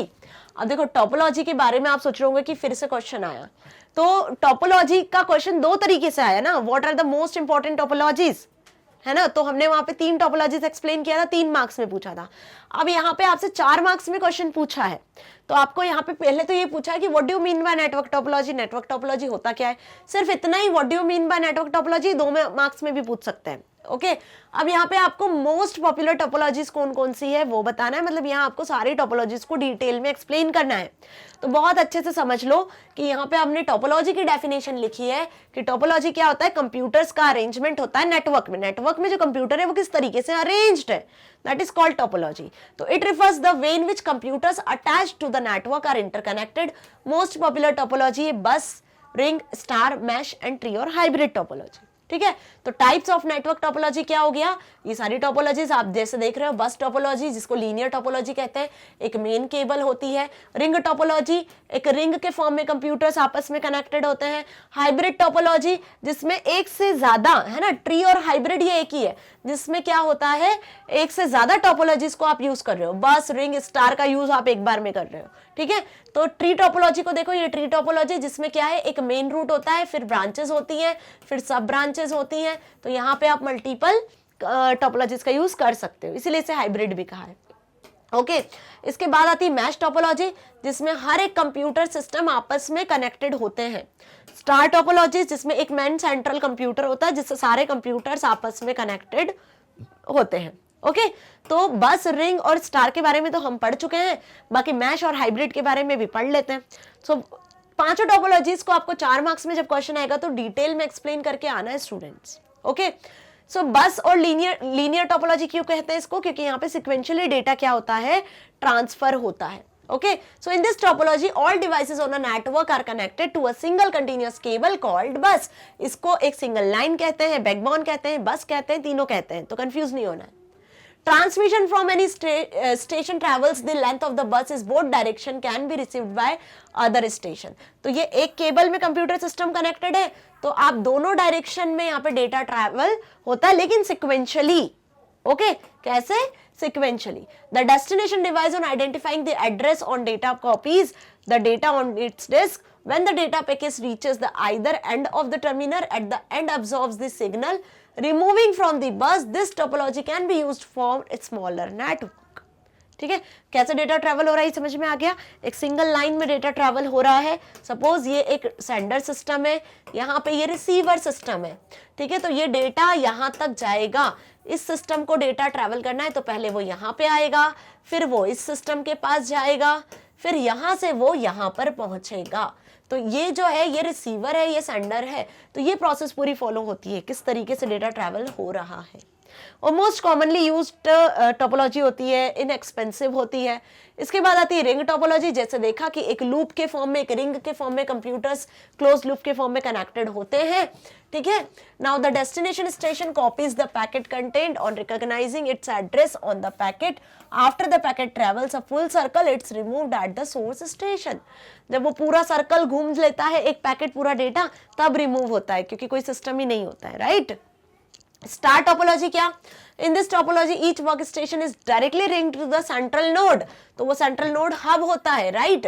Directly link होते हैं सारे computers. Devices can be easily plugged और अनप्लग्ड। यहाँ पे इजीली आप प्लग अनप्लग कर सकते हो, डिवाइसेस को चेंज कर सकते हो। Any communication between stations must pass through the central node. तो सेंट्रल नोड का मेन इंपॉर्टेंट रोल होता है स्टार टोपोलॉजी में। ओके, मैश टोपोलॉजी में क्या होता है? Each communicating device is connected to every other device in the network. Her communicating device एक दूसरे डिवाइस के साथ कम्युनिकेट होता है। यहाँ कोई बस नहीं होती, यहाँ कोई रिंग नहीं होती और ना कोई सेंट्रल नोड होती है। हर कंप्यूटर अलग अलग कंप्यूटर से आपस में कनेक्ट होता है। बहुत ज्यादा लार्ज केबल यहाँ पे यूज होती है, क्योंकि सारे कंप्यूटर को आपस में कनेक्ट करना होता है। लार्ज अमाउंट ऑफ ट्रैफिक को हैंडल किया जा सकता है यहाँ पर। ठीक है, और जो डेटा ट्रांसफर होता है वो मल्टीपल नोड्स के बीच में साइमल्टेनियसली हो सकता है, बिकॉज हर कंप्यूटर आपस में एक दूसरे से कनेक्टेड होता है। ट्री और hybrid, in this topology the network is shaped as an inverted tree या हायरार्किकल स्ट्रक्चर जिसे कहते हो आप, with a central root branching and sub branching to the extremities of network like can have more than one basic topologies like star, ring and bus। मतलब ये main जो node हुआ, यहाँ पे आपकी एक बस टोपोलॉजी भी फॉर्म हो सकती है, यहाँ पे आपकी स्टार टोपोलॉजी भी फॉर्म हो सकती है। फिर इसके नीचे फिर यदि फर्दर है तो यहाँ पे एक हम बोल सकते हैं कि मैश टोपोलॉजी फॉर्म हो सकती है। तो ऐसे अलग अलग टोपोलॉजीज का कलेक्शन होता है ना, इसलिए इसे हाइब्रिड और ट्री टोपोलॉजीज बोला है। ठीक है, तो मल्टीपल लैन और मैन को आप कनेक्ट कर सकते हो ट्री टोपोलॉजी में, हाइब्रिड टोपोलॉजी में। तो ये डिटेल मैंने समझाया है। ध्यान रखो, जब भी टोपोलॉजी वाला क्वेश्चन आएगा तो डायग्राम के बिना मत लिख कर आना। लेन मेन वेन का क्वेश्चन आएगा तो उसको भी डायग्राम के बिना मत लिख कर आना, क्योंकि लेन मेन वेन टोपोलॉजी ये ऐसे क्वेश्चन है जिनमें डायग्राम बनाना जरूरी है students. Okay, now question number 24, BAS methodologies is planning to expand their network in India, starting with 3 cities in India to build infrastructure for research and development for their chemical products। देखो अभी application based question है। Okay, यहाँ पर एक company है BAS methodologies जो कि plan कर रही है उनके नेटवर्क को एक्सपांड करने की इंडिया में 3 सिटीज में। Okay, so the company has planned to set up their main office in Pondicherry at 3 different locations and have named their offices as back office, research lab and development unit. तो ये 3 offices उन्हें open करने हैं पौंडीचेरी में। The company has 1 और more research office, namely corporate office in Mumbai. और India में मुंबई में उनका एक मेन ऑफिस है जिसका नाम है corporate office. Okay, so a rough layout, उसका एक रफ लेआउट आपके सामने है। एज यू सी, इंडिया में कॉर्पोरेट यूनिट है उनका एक ऑफिस जो कि मुंबई में है। पौंडीचेरी में 3 ऑफिसेज है, research lab, back office and development unit. तो ये रफ लेआउट हमें शो हो रहा है बेस्ड मेथोडोलॉजीज का। ओके, अब इस पर बेस्ड क्या क्वेश्चन है? Approximate distance between these offices is as follow, ठीक है, क्या डिस्टेंस है जिसके अकॉर्डिंग हम डिसाइड करेंगे कि कौन सा नेटवर्क यहाँ पे सुटेबल होगा, इस पर बेस्ड क्या क्वेश्चंस होंगे, राइट। सो बैक ऑफिस से रिसर्च लैब का डिस्टेंस इन्होंने दिया है 110 मीटर, रिसर्च लैब से डेवलपमेंट ऑफ यूनिट का डिस्टेंस है 16 किलोमीटर, रिसर्च लैब से कॉर्पोरेट यूनिट का डिस्टेंस है 1800 किलोमीटर, बैक ऑफिस से डेवलपमेंट यूनिट का डिस्टेंस है 13 किलोमीटर। तो ये डिस्टेंस आपको जो है बहुत ध्यान से समझना है कि किस ऑफिस से किस ऑफिस तक का कितना डिस्टेंस है, क्योंकि इसके अकॉर्डिंग ही LAN और नेटवर्क जो है सेटअप होगा, ओके, उसके अकॉर्डिंग ही ये नेटवर्क को आगे एक्सपांड करेंगे, राइट। तो यहाँ पे सबसे कम डिस्टेंस हमें दिख रहा है बैक ऑफिस से रिसर्च लैब के बीच में, ओके। अब आगे पढ़ते हैं इसको। In continuation of the above, the company experts have planned to install the following number of computers in each of their office: research lab, corporate office, back office, development unit। हर एक office में कितने number of computers होना चाहिए। So company ने क्या plan किया है कि रिसर्च लैब में 158 नंबर ऑफ कंप्यूटर्स होने चाहिए, बैक ऑफिस में 79, डेवलपमेंट यूनिट में 90 एंड कॉर्पोरेट यूनिट में 51 कंप्यूटर्स। तो दोनों चीजें हमें ध्यान में रखनी है, एक तो डिस्टेंस कि किस ऑफिस से किस ऑफिस तक का क्या डिस्टेंस है, देन सेकंड हमें ध्यान रखना है कि कितने कितने कंप्यूटर्स वहां पे सेटअप करने हैं एक नेटवर्क को फॉर्म करने के लिए, ओके। सो अब इस पर बेस्ड क्या क्वेश्चन है, इस पर बेस्ड आपके सामने फर्स्ट क्वेश्चन है, suggest the kind of network required, कि किस टाइप का नेटवर्क रिक्वायर्ड होगा वहां पर, LAN, MAN या WAN, तीनों में से कौन सा नेटवर्क की नीड होगी for connecting each of the following office unit, okay. So अब जब सारे ऑफिसेस को आपस में कनेक्ट करना है तो ऑब्वियस हमें WAN की जरूरत पड़ेगी, है ना, मतलब पौंडीचेरी और मुंबई दोनों जगह के यदि आपको ऑफिसेस को कनेक्ट करना है तो WAN के थ्रू वो कनेक्टिविटी होना है, ओके। बट यहाँ पे आपको कंडीशन दी हुई है कि research lab and back office, research lab back office कुछ ही डिस्टेंस पर है दोनों ऑफिसेस और पौंडीचेरी में ही है, तो एक दो ऑफिसेस को कनेक्ट करने के लिए किस तरीके का टाइप ऑफ नेटवर्क हमें नीड होगी। सो हम क्या बोलेंगे कि स्मॉल रेंज में है तो हम किसको सेटअप कर सकते हैं यहाँ पर, LAN, स्मॉल रेंज में भी है और कम कंप्यूटर्स भी हैं, okay, so LAN is the suitable network for this. Now research lab and development unit, अब research lab and development unit ये तीनों, ये जो दो ऑफिसेज है ये डिस्टेंस पर है, ज्यादा डिस्टेंस पर है, ठीक है, और इनमें नंबर ऑफ कंप्यूटर्स भी ज्यादा है, तो हम इसके लिए सुटेबल नेटवर्क जो मानते हैं वो है MAN, ठीक है। अब यदि थर्ड पॉइंट यहाँ पे दिया होता कि कॉर्पोरेट ऑफिस को आपको पौंडीचेरी के इन तीनों ऑफिसेस के साथ में कनेक्ट करना है, मतलब मुंबई और पौंडीचेरी में जो इनके ऑफिस है उन्हें भी कनेक्ट करना है, तो उसके लिए सुटेबल नेटवर्क क्या होगा, तो उसके लिए सुटेबल नेटवर्क होता WAN, that is wide area network, okay. So ये चीज अच्छे से क्लियर है ना, इस तरीके से एप्लीकेशन बेस्ड क्वेश्चंस आपके एग्जाम में आ सकते हैं, तो बहुत ध्यान से आपको इन क्वेश्चंस को पढ़ना है, समझना है और फिर इनका आंसर करके आना है, राइट। नाउ नेक्स्ट इस पर बेस्ड क्वेश्चन है, which one of the following devices will you suggest for connecting all the computers within each of their office units? अब हर एक ऑफिस में सारे कंप्यूटर्स को कनेक्ट करने के लिए, अब नेटवर्क किससे फॉर्म होता है, जब सारे कंप्यूटर्स आपस में कनेक्ट हो, कनेक्ट किससे हो, नेटवर्क डिवाइसेस से कनेक्ट हो। अब जो भी नेटवर्क डिवाइसेस आप यूज कर रहे हो, switch, hub, repeater, router, modem, है ना, सो यहाँ पर पूछा गया है कि आपसे हर एक ऑफिस में जो कंप्यूटर्स हैं वो किस डिवाइस के थ्रू कनेक्ट होना चाहिए। सो ऑप्शंस आर स्विच और हब के थ्रू, मॉडेम के थ्रू या टेलीफोन के थ्रू। तो मॉडेम और टेलीफोन लाइंस के थ्रू जो कनेक्शन होते थे वो अब ओल्ड हो चुके हैं, क्योंकि न्यू डिवाइसेस आ चुके हैं, न्यू नेटवर्क डिवाइसेस जैसे राउटर होता है, स्विच होता है, हब होता है, जो कंप्यूटर्स को नेटवर्क में आपस में कनेक्ट करते हैं, राइट, और डेटा को ट्रांसफर करने में हेल्प करते हैं। So what is the correct answer, switch और हब, ओके। सो ये चीज भी क्लियर हुई अच्छे से कि ऐसे एप्लीकेशन बेस्ड क्वेश्चन आएंगे जब आपको तो किस तरीके से आंसर करना है, clear. Now next question is question number 25.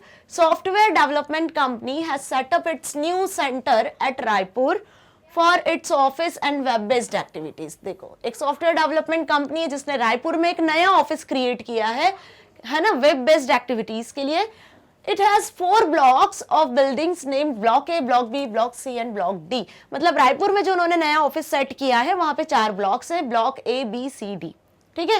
अब हर एक ब्लॉक में कितने नंबर ऑफ कंप्यूटर्स है उस सॉफ्टवेयर कंपनी में, ब्लॉक ए में 25 कंप्यूटर है, ब्लॉक बी में 50 है, ब्लॉक सी में 125 है, ब्लॉक डी में 10 कंप्यूटर्स है। इसी तरीके से हर एक ब्लॉक के बीच की शॉर्टेस्ट डिस्टेंस क्या है जिसके बिहाफ पे आप क्या कर सकते हो, LAN MAN की सेटिंग कर सकते हो, राइट।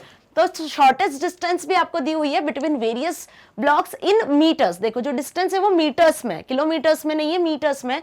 तो ऑब्वियस है कि हम यहाँ पर लेंथ सेटअप करेंगे तो ज्यादा बेस्ट होगा। So block A to block B, block B to block C, block C to block A and block D to block C, हर एक ब्लॉक के बीच की डिस्टेंस दी हुई है 60 metre, 40 metre, 30 metre and 50 metre.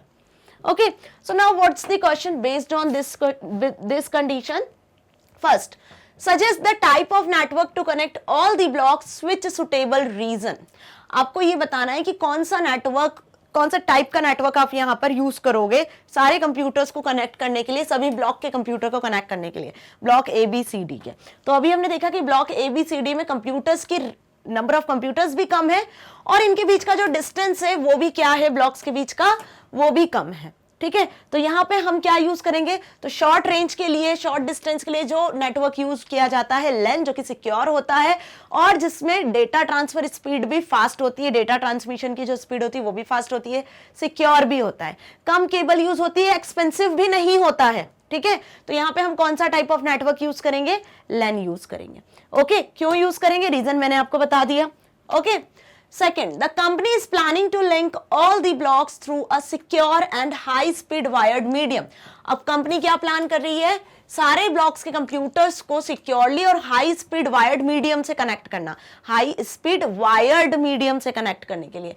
So suggest a way to connect all the blocks. तो LAN connectivity तो हम करेंगे, लेकिन कौन सा हाई स्पीड और सिक्योर होगा वायर्ड मीडियम, मतलब किस तरीके की टोपोलॉजी का आप एक्चुअली यूज करने वाले हो.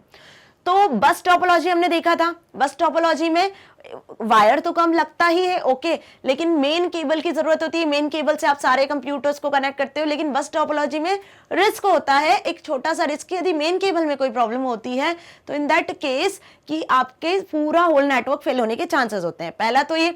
दूसरा हमने क्या देखा था इसमें, दूसरा हमने ये चीज देखी थी इसमें कि यहाँ पे डेटा जो है वो कैसे ट्रांसफर होता है, यहाँ पे डेटा एक ही डायरेक्शन में ट्रांसफर होता है और सारे कंप्यूटर्स तक होता हुआ जाता है डेटा. ये हमने चेक किया था, ये देखा भी था कि बस टोपोलॉजी में क्या था, सपोज किसी सिस्टम को कोई डेटा ट्रांसफर करना है यहां तक और यहां बीच में कुछ सिस्टम्स लगे हुए, तो डेटा यहां पे जब जाएगा तो ये लेस सिक्योर होती है.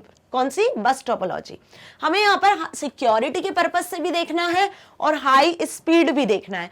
तो यहाँ पे हमने कौन सी टोपोलॉजी को प्रेफर करना है, स्टार टोपोलॉजी, जिसमें क्या होगा, एक सेंट्रल कंट्रोलर होगा, हब होगा, जो क्या करेगा, सारे कंप्यूटर सिस्टम को आपस में कनेक्ट करेगा और कनेक्ट करने के साथ साथ क्या करता है, हब सारे कंप्यूटर सिस्टम्स को कंट्रोल भी करके रखता है और जिस सोर्स से जो भी डेटा आएगा उसे उसी तक पहुंचाएगा. राइट, तो ये स्टार टोपोलॉजी क्या हो गई, एक तो वायर्ड मीडियम भी हो गया कि वायर्ड मीडियम से आप सारे जो हैं ब्लॉक्स उनको कनेक्ट कर सकते हो, सारे कंप्यूटर्स को, हर एक ब्लॉक में आप हब लगा सकते हो. ठीक है, जो हर एक ब्लॉक के कंप्यूटर्स को क्या कर सकता है, कंट्रोल कर सकता है. ओके, सो आपको यहाँ पे टोपोलॉजी भी पूछ सकते हैं. Right, Now, 26th is the Great Brain Organization has set up its new branch. Great Brain Organization है जो नई ब्रांच सेटअप करना चाहते हैं श्रीनगर में for its office and web based activities. Same office के लिए, वेब बेस्ड एक्टिविटीज के लिए. अब यहाँ पे इनकी 4 विंग्स हैं, मतलब हम बोल सकते हैं 4 बिल्डिंग्स हैं as shown in the diagram. आपको ये डायग्राम में समझ में आएगा. फाइन. सो यहाँ पे 4 विंग्स हैं इस तरीके से, wing X Y Z and U, या 4 बिल्डिंग्स भी हम बोल सकते हैं.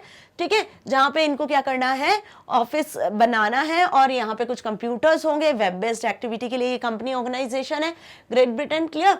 Now number of computers, wing x में नंबर ऑफ कंप्यूटर्स 50 है, विंग जेड में 30 है, यहाँ 150 है, यहाँ पे 15 कंप्यूटर्स हैं. तो नंबर ऑफ कंप्यूटर्स हमें हर एक विंग में, हर एक बिल्डिंग में पता चल गए कितने हैं. Now centre to centre distance between the various blocks. Again X से वाई का जो डिस्टेंस है, एक्स से जेड का जो डिस्टेंस है वो 50 मीटर का डिस्टेंस है. Z से Y का डिस्टेंस 70 मीटर है.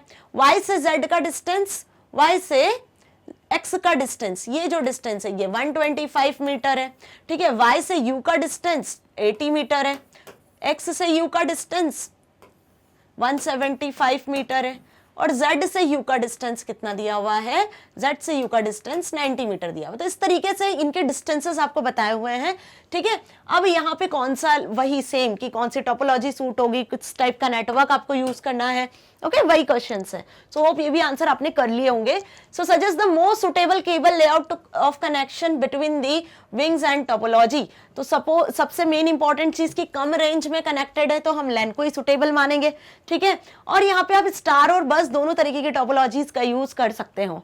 Clear, wing X Y Z और यू के कंप्यूटर्स को आपस में कनेक्ट करने के लिए. अब क्यों यूज कर सकते हैं, दोनों मैंने आपको यहाँ पे ऑप्शन बता दिए. राइट, दोनों टोपोलॉजीज को हमने डिटेल में डिस्कस किया है.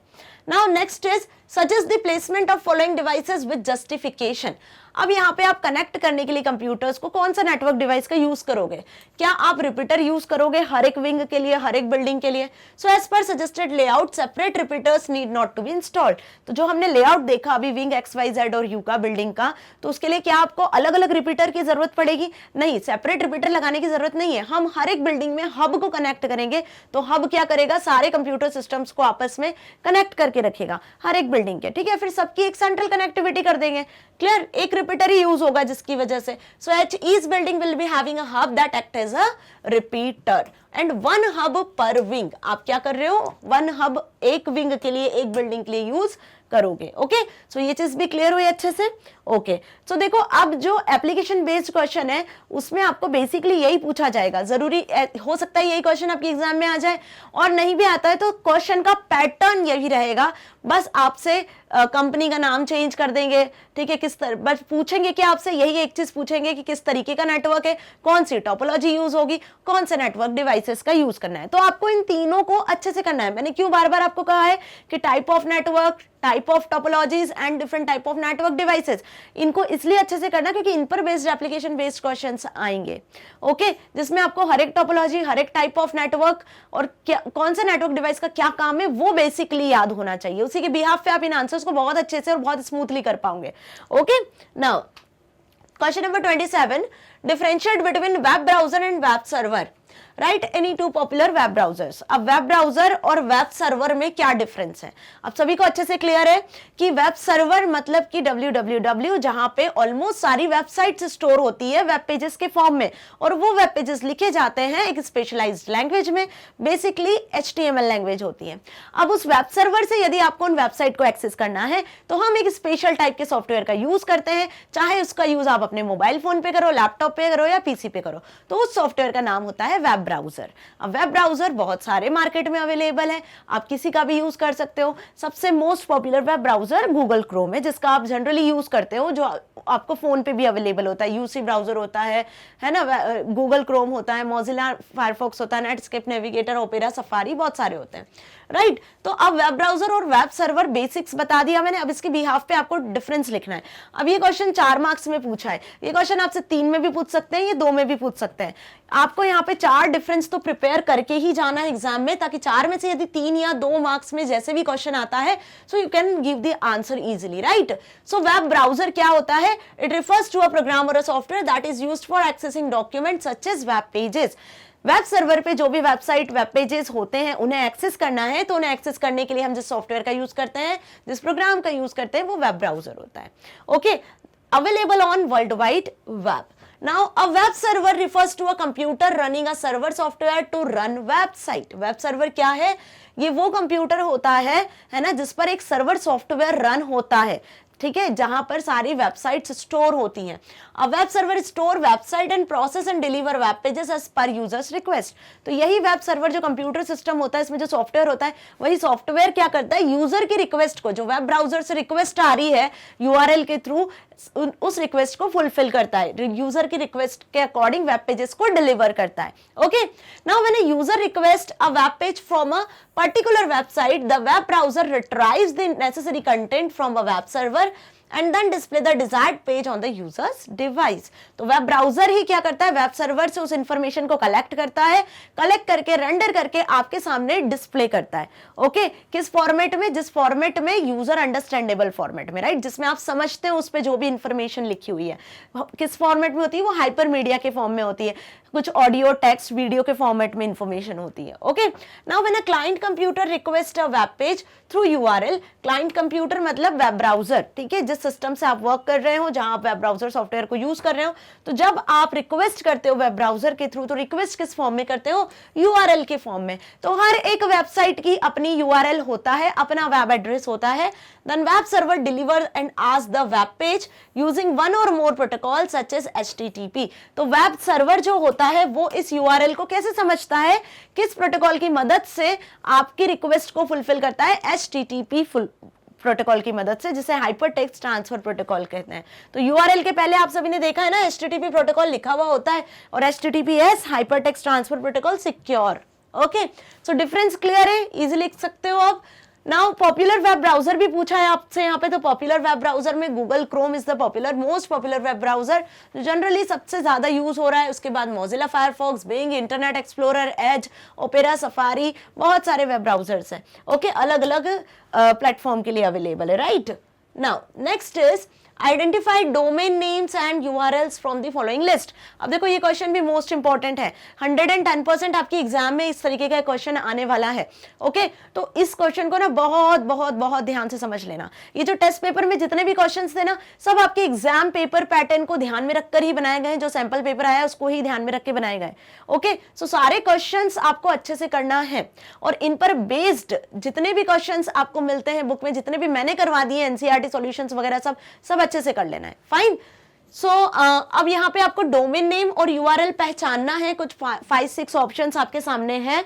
पहला दिया हुआ है yoga@yoga.com, है ना। अब डोमेन नेम और यूआरएल में डिफरेंस तो क्लियर है ना सभी को अच्छे से, तो ये आंसर आप सभी ने अच्छे से कर दिया होगा। फिर देखो डोमेन नेम क्या होता है, ये क्लियर है कि डोमेन नेम आप अपनी वेबसाइट या वेब पेज का नाम रखते हो तो वो डोमेन नेम कहलाता है ना। और इसके लिए डोमेन नेम सर्वर होता है जो आईपी एड्रेस के साथ में ट्रांसलेट करता है, वो सब कुछ आपको क्लियर है। तो डोमेन नेम को यदि पहचानना हो, एक टेक्सचुअल फॉर्म में होता है जिसको यूजर इजीली याद रख सकता है। जैसे मैग्नेट ब्रेन्स की बात करें तो magnetbrains.com ये क्या हो गया, डोमेन नेम हो गया। google.com ये भी डोमेन नेम हो गया, राइट। तो ये डोमेन नेम आपको क्लियर है, राइट। अब जब हम यूआरएल की बात करते हैं तो यूआरएल क्या होता है, पूरा कंप्लीट वेबसाइट का नाम, कंप्लीट पूरा फॉर्मेट। तो यूआरएल 3 पार्ट में डिवाइड होता है, प्रोटोकॉल, फिर डोमेन नेम और फिर कंप्लीट पाथ, फाइल का कंप्लीट पाथ। जैसे मैग्नेट ब्रेन से आपको क्लास 12th आईपी का चैप्टर नंबर 1 देखना है, ठीक है, वेबसाइट से, तो क्या करोगे आप, मैग्नेट ब्रेन्स की वेबसाइट पे आओगे। वेबसाइट पे आने के बाद में क्लास 12 सिलेक्ट करोगे। क्लास 12 सिलेक्ट करने के बाद में फिर सब्जेक्ट आईपी सिलेक्ट करोगे। आईपी सिलेक्ट करने के बाद में फिर आपके सामने पूरी प्लेलिस्ट खुलेगी, उसमें आप चैप्टर नंबर 1 सिलेक्ट करोगे। तो एक पाथ हमने फॉलो किया, राइट, कि हम क्लास 12 पे आए, फिर सब्जेक्ट पे गए, फिर आईपी सिलेक्ट किया। तो इसी तरीके से यूआरएल 3 पार्ट में होती है। पहला तो प्रोटोकॉल होता है, दूसरा डोमेन नेम होता है और तीसरा होता है पाथ उस वेब पेज का जहां आपको एक्सेस करना है। तो यूआरएल क्लियर है, डोमेन नेम क्लियर है। ओके, अब कुछ ऑप्शंस है, तो इसमें पहला लिखा हुआ है yoga@yoga.com। तो कभी भी यूआरएल और या फिर डोमेन नेम में @ का साइन होता है क्या, मैंने बताया क्या, नहीं बताया ना कभी भी। तो फर्स्ट ना तो डोमेन नेम है और ना ही यूआरएल है, क्योंकि @ का जो साइन है वो हमेशा ईमेल में लगाया जाता है ना। जब आप ईमेल अकाउंट अपना क्रिएट करते हो जीमेल पे, हॉटमेल पे, रेडिफमेल पे, तब आपने देखा होगा @ का साइन होता है। तो @ का साइन हम किसके लिए करते हैं, यूजर नेम, ओके, और यहाँ पे आपका आता है वेबसाइट का नाम जहां पे आप क्रिएट कर रहे हो, राइट। तो @ का सिंबल तो ईमेल अकाउंट क्रिएट करने के लिए होता है। तो पहला तो रॉन्ग है। दूसरा देखो doyogaeveryday.com, तो .com, .in, .nic, .in, ठीक है, जो भी इसके आगे ये जो कंप्लीट नाम होते हैं ये कहलाते हैं डोमेन नेम। तो बी आपको दिख रहा है क्या है, एक डोमेन नेम है। क्या है ये, एक डोमेन नेम है, राइट। नेक्स्ट देखो www.doyogaeveryday.com/old/index.html। अब यहाँ पे देखो आप डोमेन नेम तो लिखा है, साथ में स्लैश लगा के क्या लिखा हुआ है, पूरा पाथ लिखा हुआ है कि yoga.com में ओल्ड के अंदर आपको index.html पेज को एक्सेस करना है। तो ये हो गया आपका क्या, URL proper. Okay, now www.performingarts_schools.org/backlink.html। Okay, तो HTML क्या होता है, बेसिक लैंग्वेज होती है जिसमें आप वेब पेजेस को डिजाइन करते हो, वेबसाइट डिजाइन करते हो, राइट। तो यहाँ भी देखो स्लैश से आपको बताया जा रहा है कि ये एक पाथ है और ये पूरा डोमेन नेम है www.this.this। ओके, जैसे www.magnetbrains.com, .google.com, .ncrt.nic.in, राइट। उसी तरीके से ये प्रॉपर एक क्या है, यूआरएल है। यदि ये पाथ नहीं होता तो हम क्या बोलते हैं, इसे एक डोमेन नेम कहते हैं। अब 192.168.0.01, तो इस तरीके से होता है क्या डोमेन नेम यूआरएल, नहीं। ये क्या बताया था मैंने आपको, ये मैंने बताया था आपको आईपी एड्रेस होता है। हर एक डोमेन नेम का अपना आईपी एड्रेस होता है और डोमेन नेम सर्वर का काम होता है कि डोमेन नेम को उसके आईपी एड्रेस में कन्वर्ट करना, ताकि वेब सर्वर वहां से उसको रिक्वेस्ट को फुलफिल कर सके, वेब सर्वर उसके कॉरेस्पॉन्डिंग पेजेस को सर्च कर सके, है ना। तो ये तो आईपी एड्रेस हो गया, so this is wrong. Now HTTP cbse.nic.in, ये क्या है आपका, ये कंप्लीट आपका डोमेन नेम है, क्योंकि आप nic.in cbse.nic.in पे ना एकेडमिक्स में जा रहे हो ना किसी पर्टिकुलर पाथ को फॉलो कर रहे हो, तो इसलिए ये क्या कहलाएगा आपका डोमेन नेम, ना कि कंप्लीट यूआरएल। ये ध्यान रखना अच्छे से, ठीक है। सो ये चीज आपको अच्छे से क्लियर हो गई। आपके डोमेन नेम और यूआरएल से बेस्ड यदि क्वेश्चन आता है और डिफरेंट एग्जांपल्स आपके सामने होंगे तो आपको क्या लिखना है। सो इसके अकॉर्डिंग देखो, B and F R domain names, ये बी और जो ये एफ है ये डोमेन नेम्स है, और सी और डी आर यूआरएलएस। ओके, तो यूआरएल्स क्या हुई, जिसमें आपको पूरा पाथ मेंशन किया होगा स्लैश से सेपरेट करके एक वेब पेज का। Okay, clear. और डोमेन नेम में सिर्फ वेबसाइट का नाम होगा only. Clear, fine. Now next is discuss the structure of an email message in brief. अब ईमेल मैसेज हमने देखा था जो कि मोस्ट पॉपुलर एप्लीकेशन है इंटरनेट का। इंटरनेट का यदि बेसिक एप्लीकेशन देखा जाए जिसका यूज सबसे ज्यादा किया जा रहा है तो वो है ईमेल। ईमेल के बिना हम कोई काम इंटरनेट पे बेसिकली नहीं कर पा रहे हैं आजकल। शॉपिंग करना है तो आपको ईमेल की जरूरत है, ठीक है, या फिर आपको गेम खेलना है, पबजी खेलना है तो आपको ईमेल की जरूरत है, आपको कोई फॉर्म फिल करना है तो वहां भी आपको अपना ईमेल एंटर करना पड़ता है, राइट। क्योंकि बेसिक जो मैसेजेस वगैरह आते हैं, है ना, एक प्रोफेशनल वे में यदि बात की जाए तो इलेक्ट्रॉनिक मेल, ईमेल की हमें बहुत जरूरत होती है। सो अब ईमेल का फॉर्मेट क्या होता है, ईमेल का फॉर्मेट आप सभी को अच्छे से क्लियर है, बताया था मैंने डिटेल में, राइट। तो कौन कौन सी मेन फील्ड्स होती हैं जब आप ईमेल करते हो सेंड, तब आपको फिल करना होती है, ठीक है, कंपलसरी फील्ड्स जो होती हैं, जिसमें ईमेल मैसेज में सबसे पहली फील्ड यहाँ पे लिखी हुई है टू फील्ड, ठीक है। टू मतलब जिसको आप मैसेज सेंड करने वाले हो, ठीक है, जो रिसीवर है। ओके, सो यहाँ पे हम उसका ईमेल एड्रेस लिखते हैं रेसिपिएंट का। क्लियर। फिर उसके बाद आता है, यदि आप एक से ज्यादा पर्सन को मैसेज करना चाहते हो, मेल सेंड करना चाहते हो, तो दो ऑप्शन आपके पास में होते हैं। टू फील्ड के पास में आपको दिखता है सीसी एंड बीसीसी। सीसी का मतलब होता है कार्बन कॉपी एंड बीसीसी का मतलब होता है ब्लाइंड कार्बन कॉपी। तो कार्बन कॉपी का मतलब क्या हुआ कि मल्टीपल यदि रेसिपिएंट से, एक से ज्यादा यदि रेसिपिएंट्स को आपको मेल सेंड करना है तो आप क्या करोगे, यहाँ पर ईमेल एड्रेसेस को एक से ज्यादा बार लिखोगे, लेकिन जितने भी रेसिपिएंट्स है सबको ये पता चल जाने वाला है कि ये मेल किन किन ईमेल एड्रेस तक गया हुआ है। लेकिन जब आप ब्लाइंड कार्बन कॉपी क्रिएट करते हो तो यहाँ पे हर एक रेसिपिएंट को ये फील होता है कि ये मेल सिर्फ उसी के लिए बनाया गया है, उसी के लिए भेजा गया है, ठीक है, मल्टीपल रेसिपिएंट्स के लिए नहीं गया हुआ है, ठीक है। तो सीसी बीसीसी कॉपी आपको क्लियर है कि CC in this field the email addresses of the carbon copy recipients of the mail are mentioned. In BCC, the email addresses of the blind carbon copy recipients are mentioned. Okay? Subject, अब इसके बाद क्या आएगा, subject आएगा। Subject में क्या होगा, जो मेल आप सेंड करने वाले, जो मैसेज आप सेंड करने वाले हो उसका आप सब्जेक्ट लिखोगे, ठीक है। कुछ कम कैरेक्टर्स में हम यहाँ पे सब्जेक्ट को मेंशन करते हैं। So in this field subject of email are mentioned. Clear. Next जो पार्ट आता है ईमेल में, वो कंपलसरी जो फील्ड होती है वो होती है मैसेज एरिया, जहां पे आपको मैसेज एक्चुअली फिल करना है, राइट। जो भी मैसेज आपको लिखना है वो मैसेज आप यहाँ पे प्रॉपर फॉर्मेट में, जैसे आप इंग्लिश में एप्लीकेशन लेटर्स नहीं लिखते हो, फॉर्मल लेटर, इनफॉर्मल लेटर कैसे लिखते हो, बिल्कुल वही फॉर्मेट सेम हम यहाँ ईमेल में भी फॉलो करते हैं। तो मैसेज एरिया में आपको क्या करना है, मैसेज लिखना है प्रॉपर, डियर वगैरह लगा के बिल्कुल प्रॉपर अच्छे तरीके से, योर फेथफुली वगैरह नाम वाम लिख के, राइट। और आफ्टर दैट इसमें एक बेस्ट ऑप्शन ये होता है कि आप मैसेज को फॉर्मेट कर सकते हो, बोल्ड कर सकते हो, टैलिक कर सकते हो, अंडरलाइन कर सकते हो, अपने अकॉर्डिंग मैसेज की जो भी है सेटिंग वो सेट कर सकते हो। ओके, ये फैसिलिटी हमें यहाँ होती है। सेकंड मोस्ट इंपॉर्टेंट थिंग कि आप अपनी तरफ से कोई अटैचमेंट भी यहाँ अटैच कर सकते हो। जैसे यदि आपको फाइल अटैच करना है, कोई सी ऑडियो वीडियो फाइल अटैच करना है, ठीक है, कोई डॉक्यूमेंट अटैच करना है, कोई पीडीएफ अटैच करना है, so you can attach this. Okay, so ये सारी चीजें कंपलसरी फील्ड्स होती हैं जो किसी ईमेल को सेंड करने के लिए होती है। तो एग्जाम में यदि आएगा तो आपको ये 5 फील्ड कंपलसरीली लिखकर आनी है, to, CC, BCC, subject and message area. Then at last नीचे एक ऑप्शन होता है जिसका नाम है सेंड, उस पर जब आप क्लिक करोगे तो आपका मैसेज सेंड हो जाएगा। ओके, अब यहाँ पे जो एक इंपॉर्टेंट क्वेश्चन बनता है जो मैंने टेस्ट पेपर में नहीं मेंशन किया है वो है difference between CC and BCC. देखो ये बहुत अच्छे से ध्यान रखना कि सीसी और बीसीसी है ना, कार्बन कॉपी और ब्लाइंड कार्बन कॉपी, इन दोनों में डिफरेंस है। तो इन दोनों के बीच का डिफरेंस आपसे 2 नंबर में, 3 नंबर में पूछ सकते हैं। ओके, सो इसके लिए प्रिपेयर रहना। डिफरेंस मैंने आपको क्लियर कर दिया है कि सीसी बीसीसी में क्या डिफरेंस है। Okay, now next question number 30, discuss about add ons and plugins. अब वेब ब्राउजर हम सभी ने पढ़ा, ठीक है। वेब ब्राउजर का डेडिकेटेड वीडियो, इसमें मैंने प्रैक्टिकल भी बताया है कि एडॉन्स प्लगइन्स का यूज कैसे करते हैं। ब्राउजर की सेटिंग कर सकते हो, जैसे आप मोबाइल फोन में सेटिंग करते हो ना, मोबाइल फोन में थीम चेंज करते हो, फॉन्ट चेंज करते हो, अपने अकॉर्डिंग सिक्योरिटी से रिलेटेड जो भी चीजें आप सेट करते हो, बिल्कुल वैसे ही ब्राउजर में भी आप सेटिंग कर सकते हो।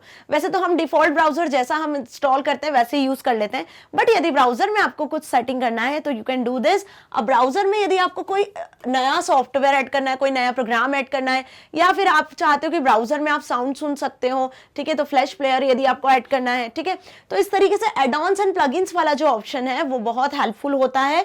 Clear? Add ons and plugins are the tools that help to extend and modify the functionality of the browser. Browser की फंक्शनैलिटी को एक्सटेंड करने के लिए, ब्राउजर की फंक्शनैलिटी को बढ़ाने के लिए, ब्राउजर को अपने हिसाब से कस्टमाइज करने के लिए बेसिकली हम एडॉन्स एंड प्लगइन्स जैसे ऑप्शन का यूज करते हैं। ओके, इसका प्रैक्टिकल बनाया हुआ है बच्चों, बिल्कुल ध्यान से इसका प्रैक्टिकल देखना, ठीक है, ताकि आपको ये ऑप्शन अच्छे से क्लियर हो सके। प्रैक्टिकल देखोगे तो अपने हिसाब से आंसर लिखकर आ सकते हो। फाइन, अब इनमें क्या डिफरेंस है, इनको आप कैसे एक्सप्लेन करोगे? क्वेश्चन में मैंने लिखा था discuss about add-ons and plugins, बाकी आप इसमें डिफरेंस भी लिखकर आ सकते हो। क्वेश्चन आपसे डिफरेंस पॉइंट ऑफ व्यू से भी पूछ सकते हैं, तो आंसर यही लिखना है जो मैंने लिखा है। मैंने डिफरेंस पॉइंट ऑफ व्यू से भी लिखा है इस आंसर को, डिस्कस करने के लिए भी लिखा है। यदि डिफाइन भी पूछते हैं कि डिफाइन एडॉन्स, डिफाइन प्लगइन, तो भी आपको यही आंसर लिखकर आना है। तो क्वेश्चन कैसे भी पूछा जाए, आपको आंसर क्या लिखकर आना है यही मैटर करता है सबसे ज्यादा। Okay, so a plugin is a complete program or maybe third-party software is installed on host computer and can be used by the browser for multiple functionalities, can even be used by other applications as well. For example, Flash and Java are plugins. तो plugins अब clear हुआ कि special programs होते हैं, complete programs होते हैं, actually third-party software होते हैं जो हम browser में add करते हैं। ओके, ये हमारे कंप्यूटर सिस्टम में स्टोर होते हैं, राइट? जैसे flash and Java are plugins. Clear? अब एडॉन क्या हुआ है? Add on is not a complete program, add on complete program नहीं होते हैं, so it is used to add only particular functionality of the browser. Browser की यदि आपको किसी फंक्शनैलिटी बढ़ानी है, कोई एक्सटेंशन ऐड करना है ब्राउजर में, तब आप इस एडॉन्स का यूज कर सकते हो। It is also referred to as extension in some browsers. जैसे सपोज आपको साउंड सुनना है, ठीक है, तो आप साउंड या ग्राफिक कार्ड का यूज कर सकते हो, एडॉन में जाके आप ये ऐड कर सकते हो, है ना? जैसे हमने फेसबुक को ऐड किया था, देखा था आपने, ठीक है, फेसबुक लाइक ऐड किया था, राइट? तो एडॉन और प्लगइन अब क्लियर हो गया अच्छे से। फाइन, सो स्टूडेंट्स, यहाँ पे टेस्ट पेपर होता है फिनिश, और होप आप सभी को सारे आंसर्स अच्छे से बने भी होंगे टेस्ट पेपर के। सो जो नहीं भी बने हो, जो डाउट भी हो, तो आपके आज डाउट क्लियर हो गए होंगे। So all the best for your exam. और सेकंड मोस्ट इंपॉर्टेंट थिंग कि मैग्नेट ब्रेन्स अब हिंदी मीडियम चैनल भी आपके लिए लेकर आया है, ताकि जो आपके हिंदी मीडियम फ्रेंड्स हैं उन्हें पैनिक होने की जरूरत नहीं है, क्योंकि वो भी अब 100% free of cost Hindi medium channel को एक्सेस कर सकते हैं। सारे वीडियो लेक्चर्स को यहाँ से फ्री ऑफ कॉस्ट एक्सेस कर सकते हैं, जैसे आप एक्सेस कर रहे हो।